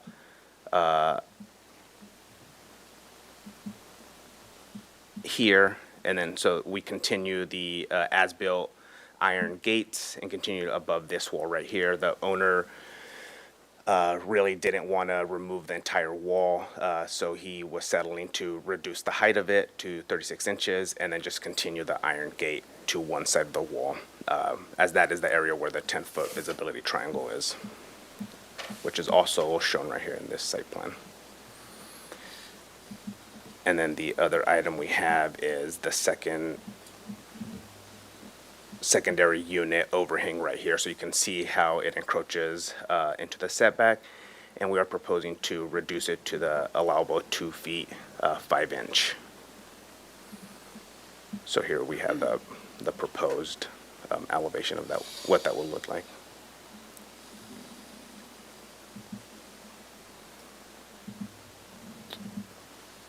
And And I think that's it.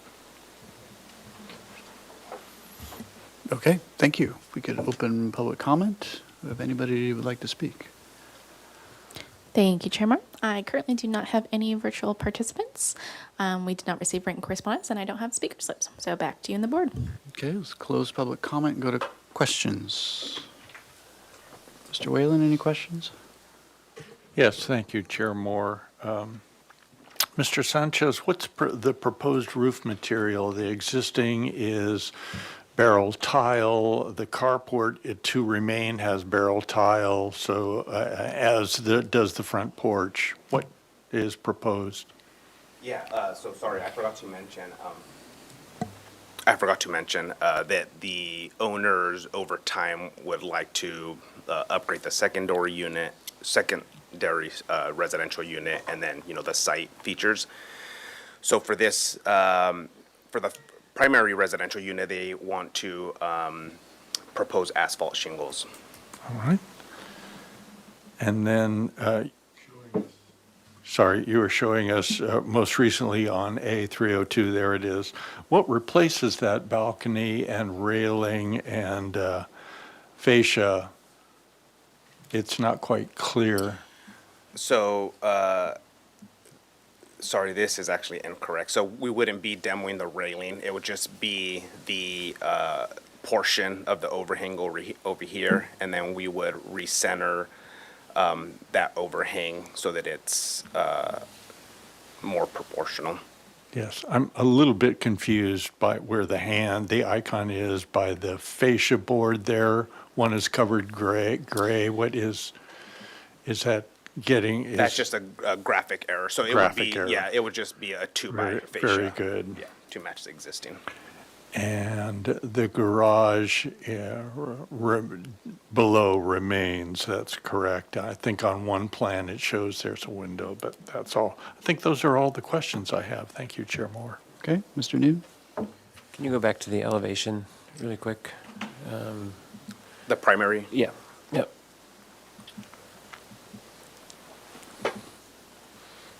Any consideration for horizontal siding versus the board and batten? Definitely, yeah. We're definitely open to a horizontal siding. Okay. Had you looked at that, or you preferred this, or? The owner had a strong opinion on the board and batten. Okay. I actually suggested a horizontal siding. So it's, if that's one of the comments, I think that they're Okay. definitely open to it. Okay, thank you. Okay, Mr. Black? No questions. Vice Chair Six? Thank you, Chair Moore. Mr. Sanchez or staff, was the front carport permitted? Do you know? If you were able to answer that. Yeah, it was permitted. Okay, can you address the plate heights of your new, well, since you're tearing off the roof, what is the existing plate height to the first floor and to the second floor? So the existing plate height is at 8 feet, and then I don't think we noted it, but for the second story, we were thinking 8 to 9 feet. We 8 are to 9 or either? 8 or 9 feet. 8 or 9? Yeah. And what is it? Right now, we are currently showing it at 8 feet. You're currently showing it 8 feet. Okay, well, did you study maintaining the gables on the addition in lieu of the hips that you have shown here? We did. We felt like it made the structure feel a little bit higher, and is why we went with the gable, because then, with the hip, because then with the gable, the siding would go all the way up to the gable roof. Has the parking arrangement and number of spaces, covered, uncovered, been vetted, and what's required and so forth? Yeah, let me go to this side. So the parking is to remain. So there is currently 2 covered parking spaces. There is the carport and then the garage at the secondary residence. And then there's 2 tandem parkings on the side. And that's been vetted by staff or? That is zoning? correct. Yeah, that's existing to remain. Is there a very small parking space for the third unit in front of the garage of the second unit? You see your photographs, never mind. There's a toy house in front of the garage. Yeah. I'm sure we could squeeze in an additional space. So it's also been vetted that there's adequate space, fire-wise and bedroom escape window-wise between the rear unit and the front unit, especially when you're adding second floor in between those 2 units? Has that- We have not specifically studied that, but we definitely will moving forward. Okay. Or are you talking about the distances, the water? distances. Yes, it is, yeah. It is per code.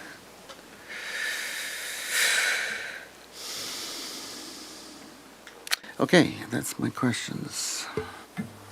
Okay. Ms. Anderson? Yeah, my questions are regarding the gable versus hip and roofing materials, so they've been answered. Okay.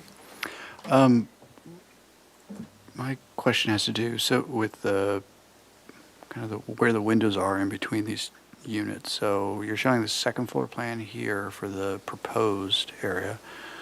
And what's going on in the back unit at that point? Okay, on the second floor? Yeah.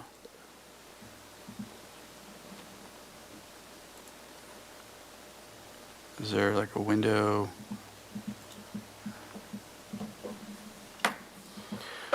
So, we do have a window at the staircase landing, just so that we could get some natural light in.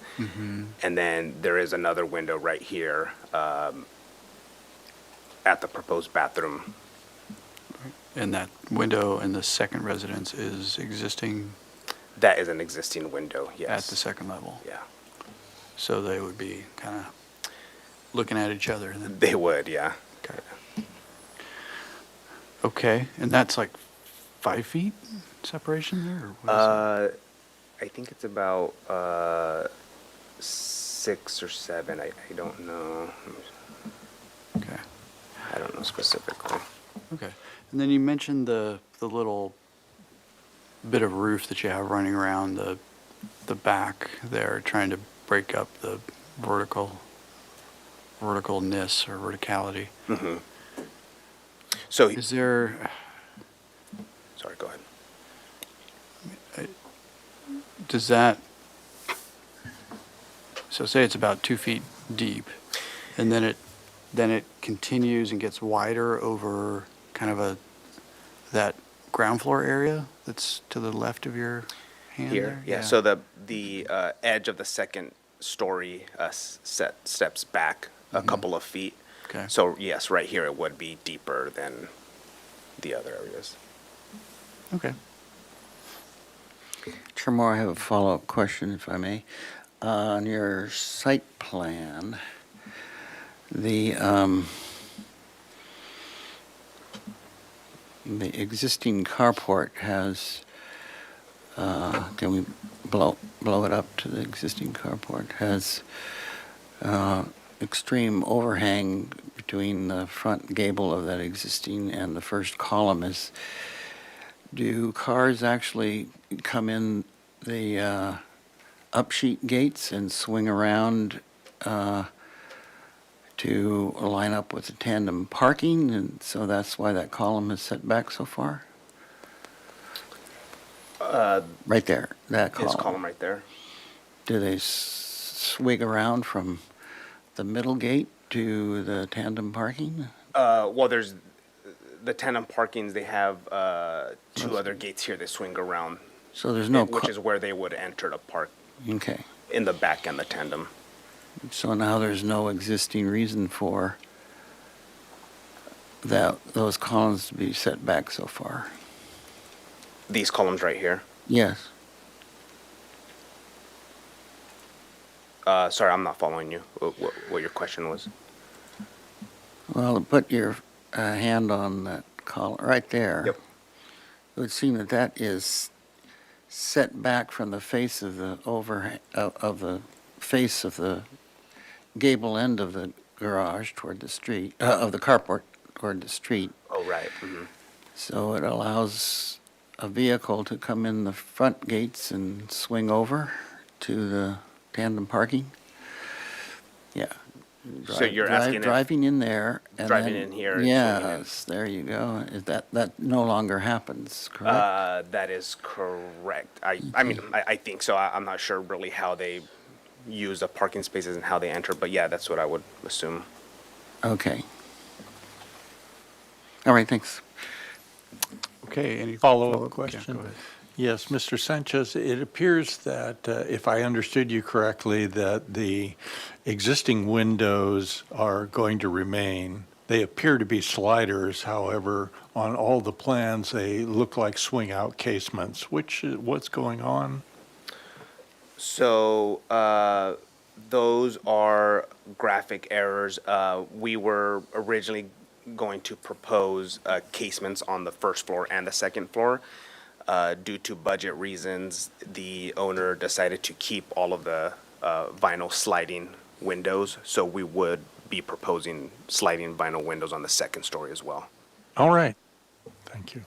Okay, let's go to comments. Mr. Whalen, do you want to start? Sure. Well, first I want to start off with a regret because that is such a beautiful and elegant stone wall of ashlar, sandstone masonry, and very fine wrought iron work. It's just a shame that that has to be removed for a visual. Just to compliment you on that. That's probably the nicest thing about the entire lot is that wall and gate. Secondly, you provided a couple of photo examples across the street, I think was at number 312, has really beautiful craftsman details, especially I would draw your attention to how the front fence is detailed. And then two lots adjacent at number 1307. If you can find that, it's worth taking a look at. Yes, it's the second from the right. That's a very good bad example of what we would not like to see, sort of a jerry-rigged second floor. But continuing on, if I could only consider you to remove that parking, the carport, it just seems extremely flimsy and like it's going to fall over in an earthquake, and it detracts from the visual impact of the house, but I know that's probably off the table. I would suggest that you consider relocating the recycle bins. They are right underneath a bedroom window. It seems like that would impede the flow of pedestrian traffic naturally along the edge of the house, perhaps on the opposite side of the driveway. It would be nice to see more of a landscape plan. I appreciate what's going on in the front at the porch. It's a very quirky handmade garden, that the type that I really like. I would apply some of that magic to the rear garden, which you don't give us any idea what might happen back there, which is the lovely private portion of the lot. And as Chair Moore pointed out, the bedroom number 2 in the main house looks directly into the rooms across. I think that happens on both floors. Seems like a very odd relationship for such a narrow gap between the two. And on that note, it would be helpful if there were floor plans of that second unit included. Let's see. The massing seems to be fine. And those are all of my comments. Thank you. Okay, Mr. Noon? Yes, I would maybe add to that.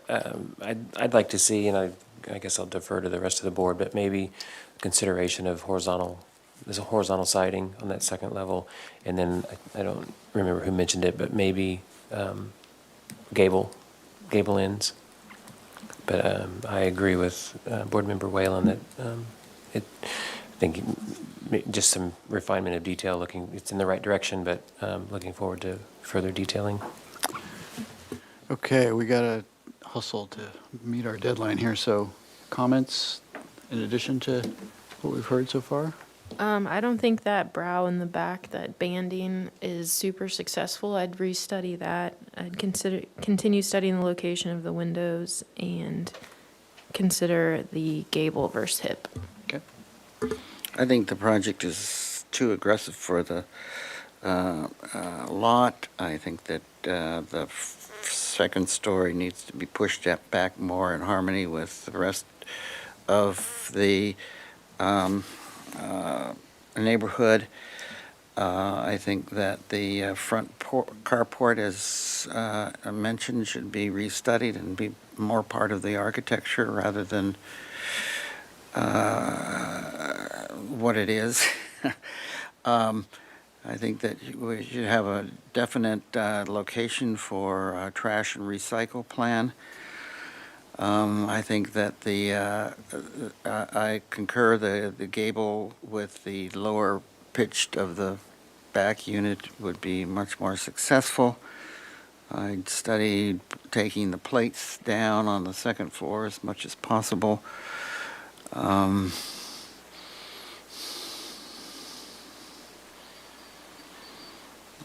I think that's it. Oh, excuse me, on the eyebrow on the back is not working, and especially at the uneven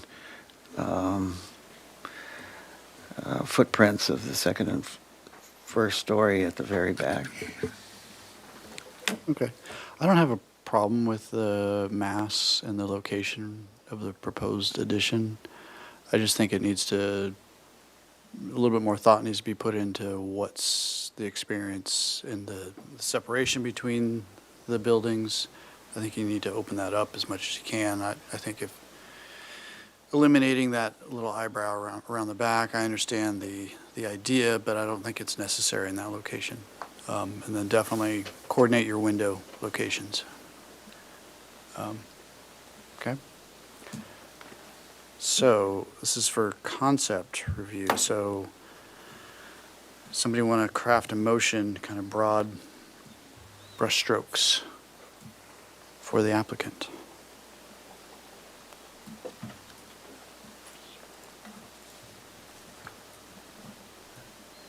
I can attempt this. All right, I move for indefinite continuance back to the full board with the following comments: to study the roof form on the new second-story addition to a gable form to match the addition, to match the existing second residence, correct. To remove the brow roof overhang in the back of the existing singles family residence. Study the location of windows and how they respond with the existing second residence and site amenities, I guess. It's not really a word, but consider studying the carport and how it fits in with the overall architecture of the project. I think the board is okay with the mass, bulk, and scale of the project, and consider reducing the second story plate height to the minimum possible. And study the siding on the second story addition to possibly horizontal siding, and consider neighboring properties in doing so. Okay. I'll second that. On further discussion, I would like to see a more definite trash and recycle plan with location and so forth. Okay. And I think, oh gosh, what did you say? Oh, the relationship with, I can't remember what it was, but The windows? the window and relationship, just say to, you said site amenities. Well, I think we meant just- trash, but No. The second residential unit. yeah. In relationship to, all you need to say is the new second story instead of site amenities. Do you remember where that was in? Oh, okay. Yes, right now it says, study the location of windows and how they respond with the second residence and site amenities. Instead of site amenities, the second floor, the new proposed second floor.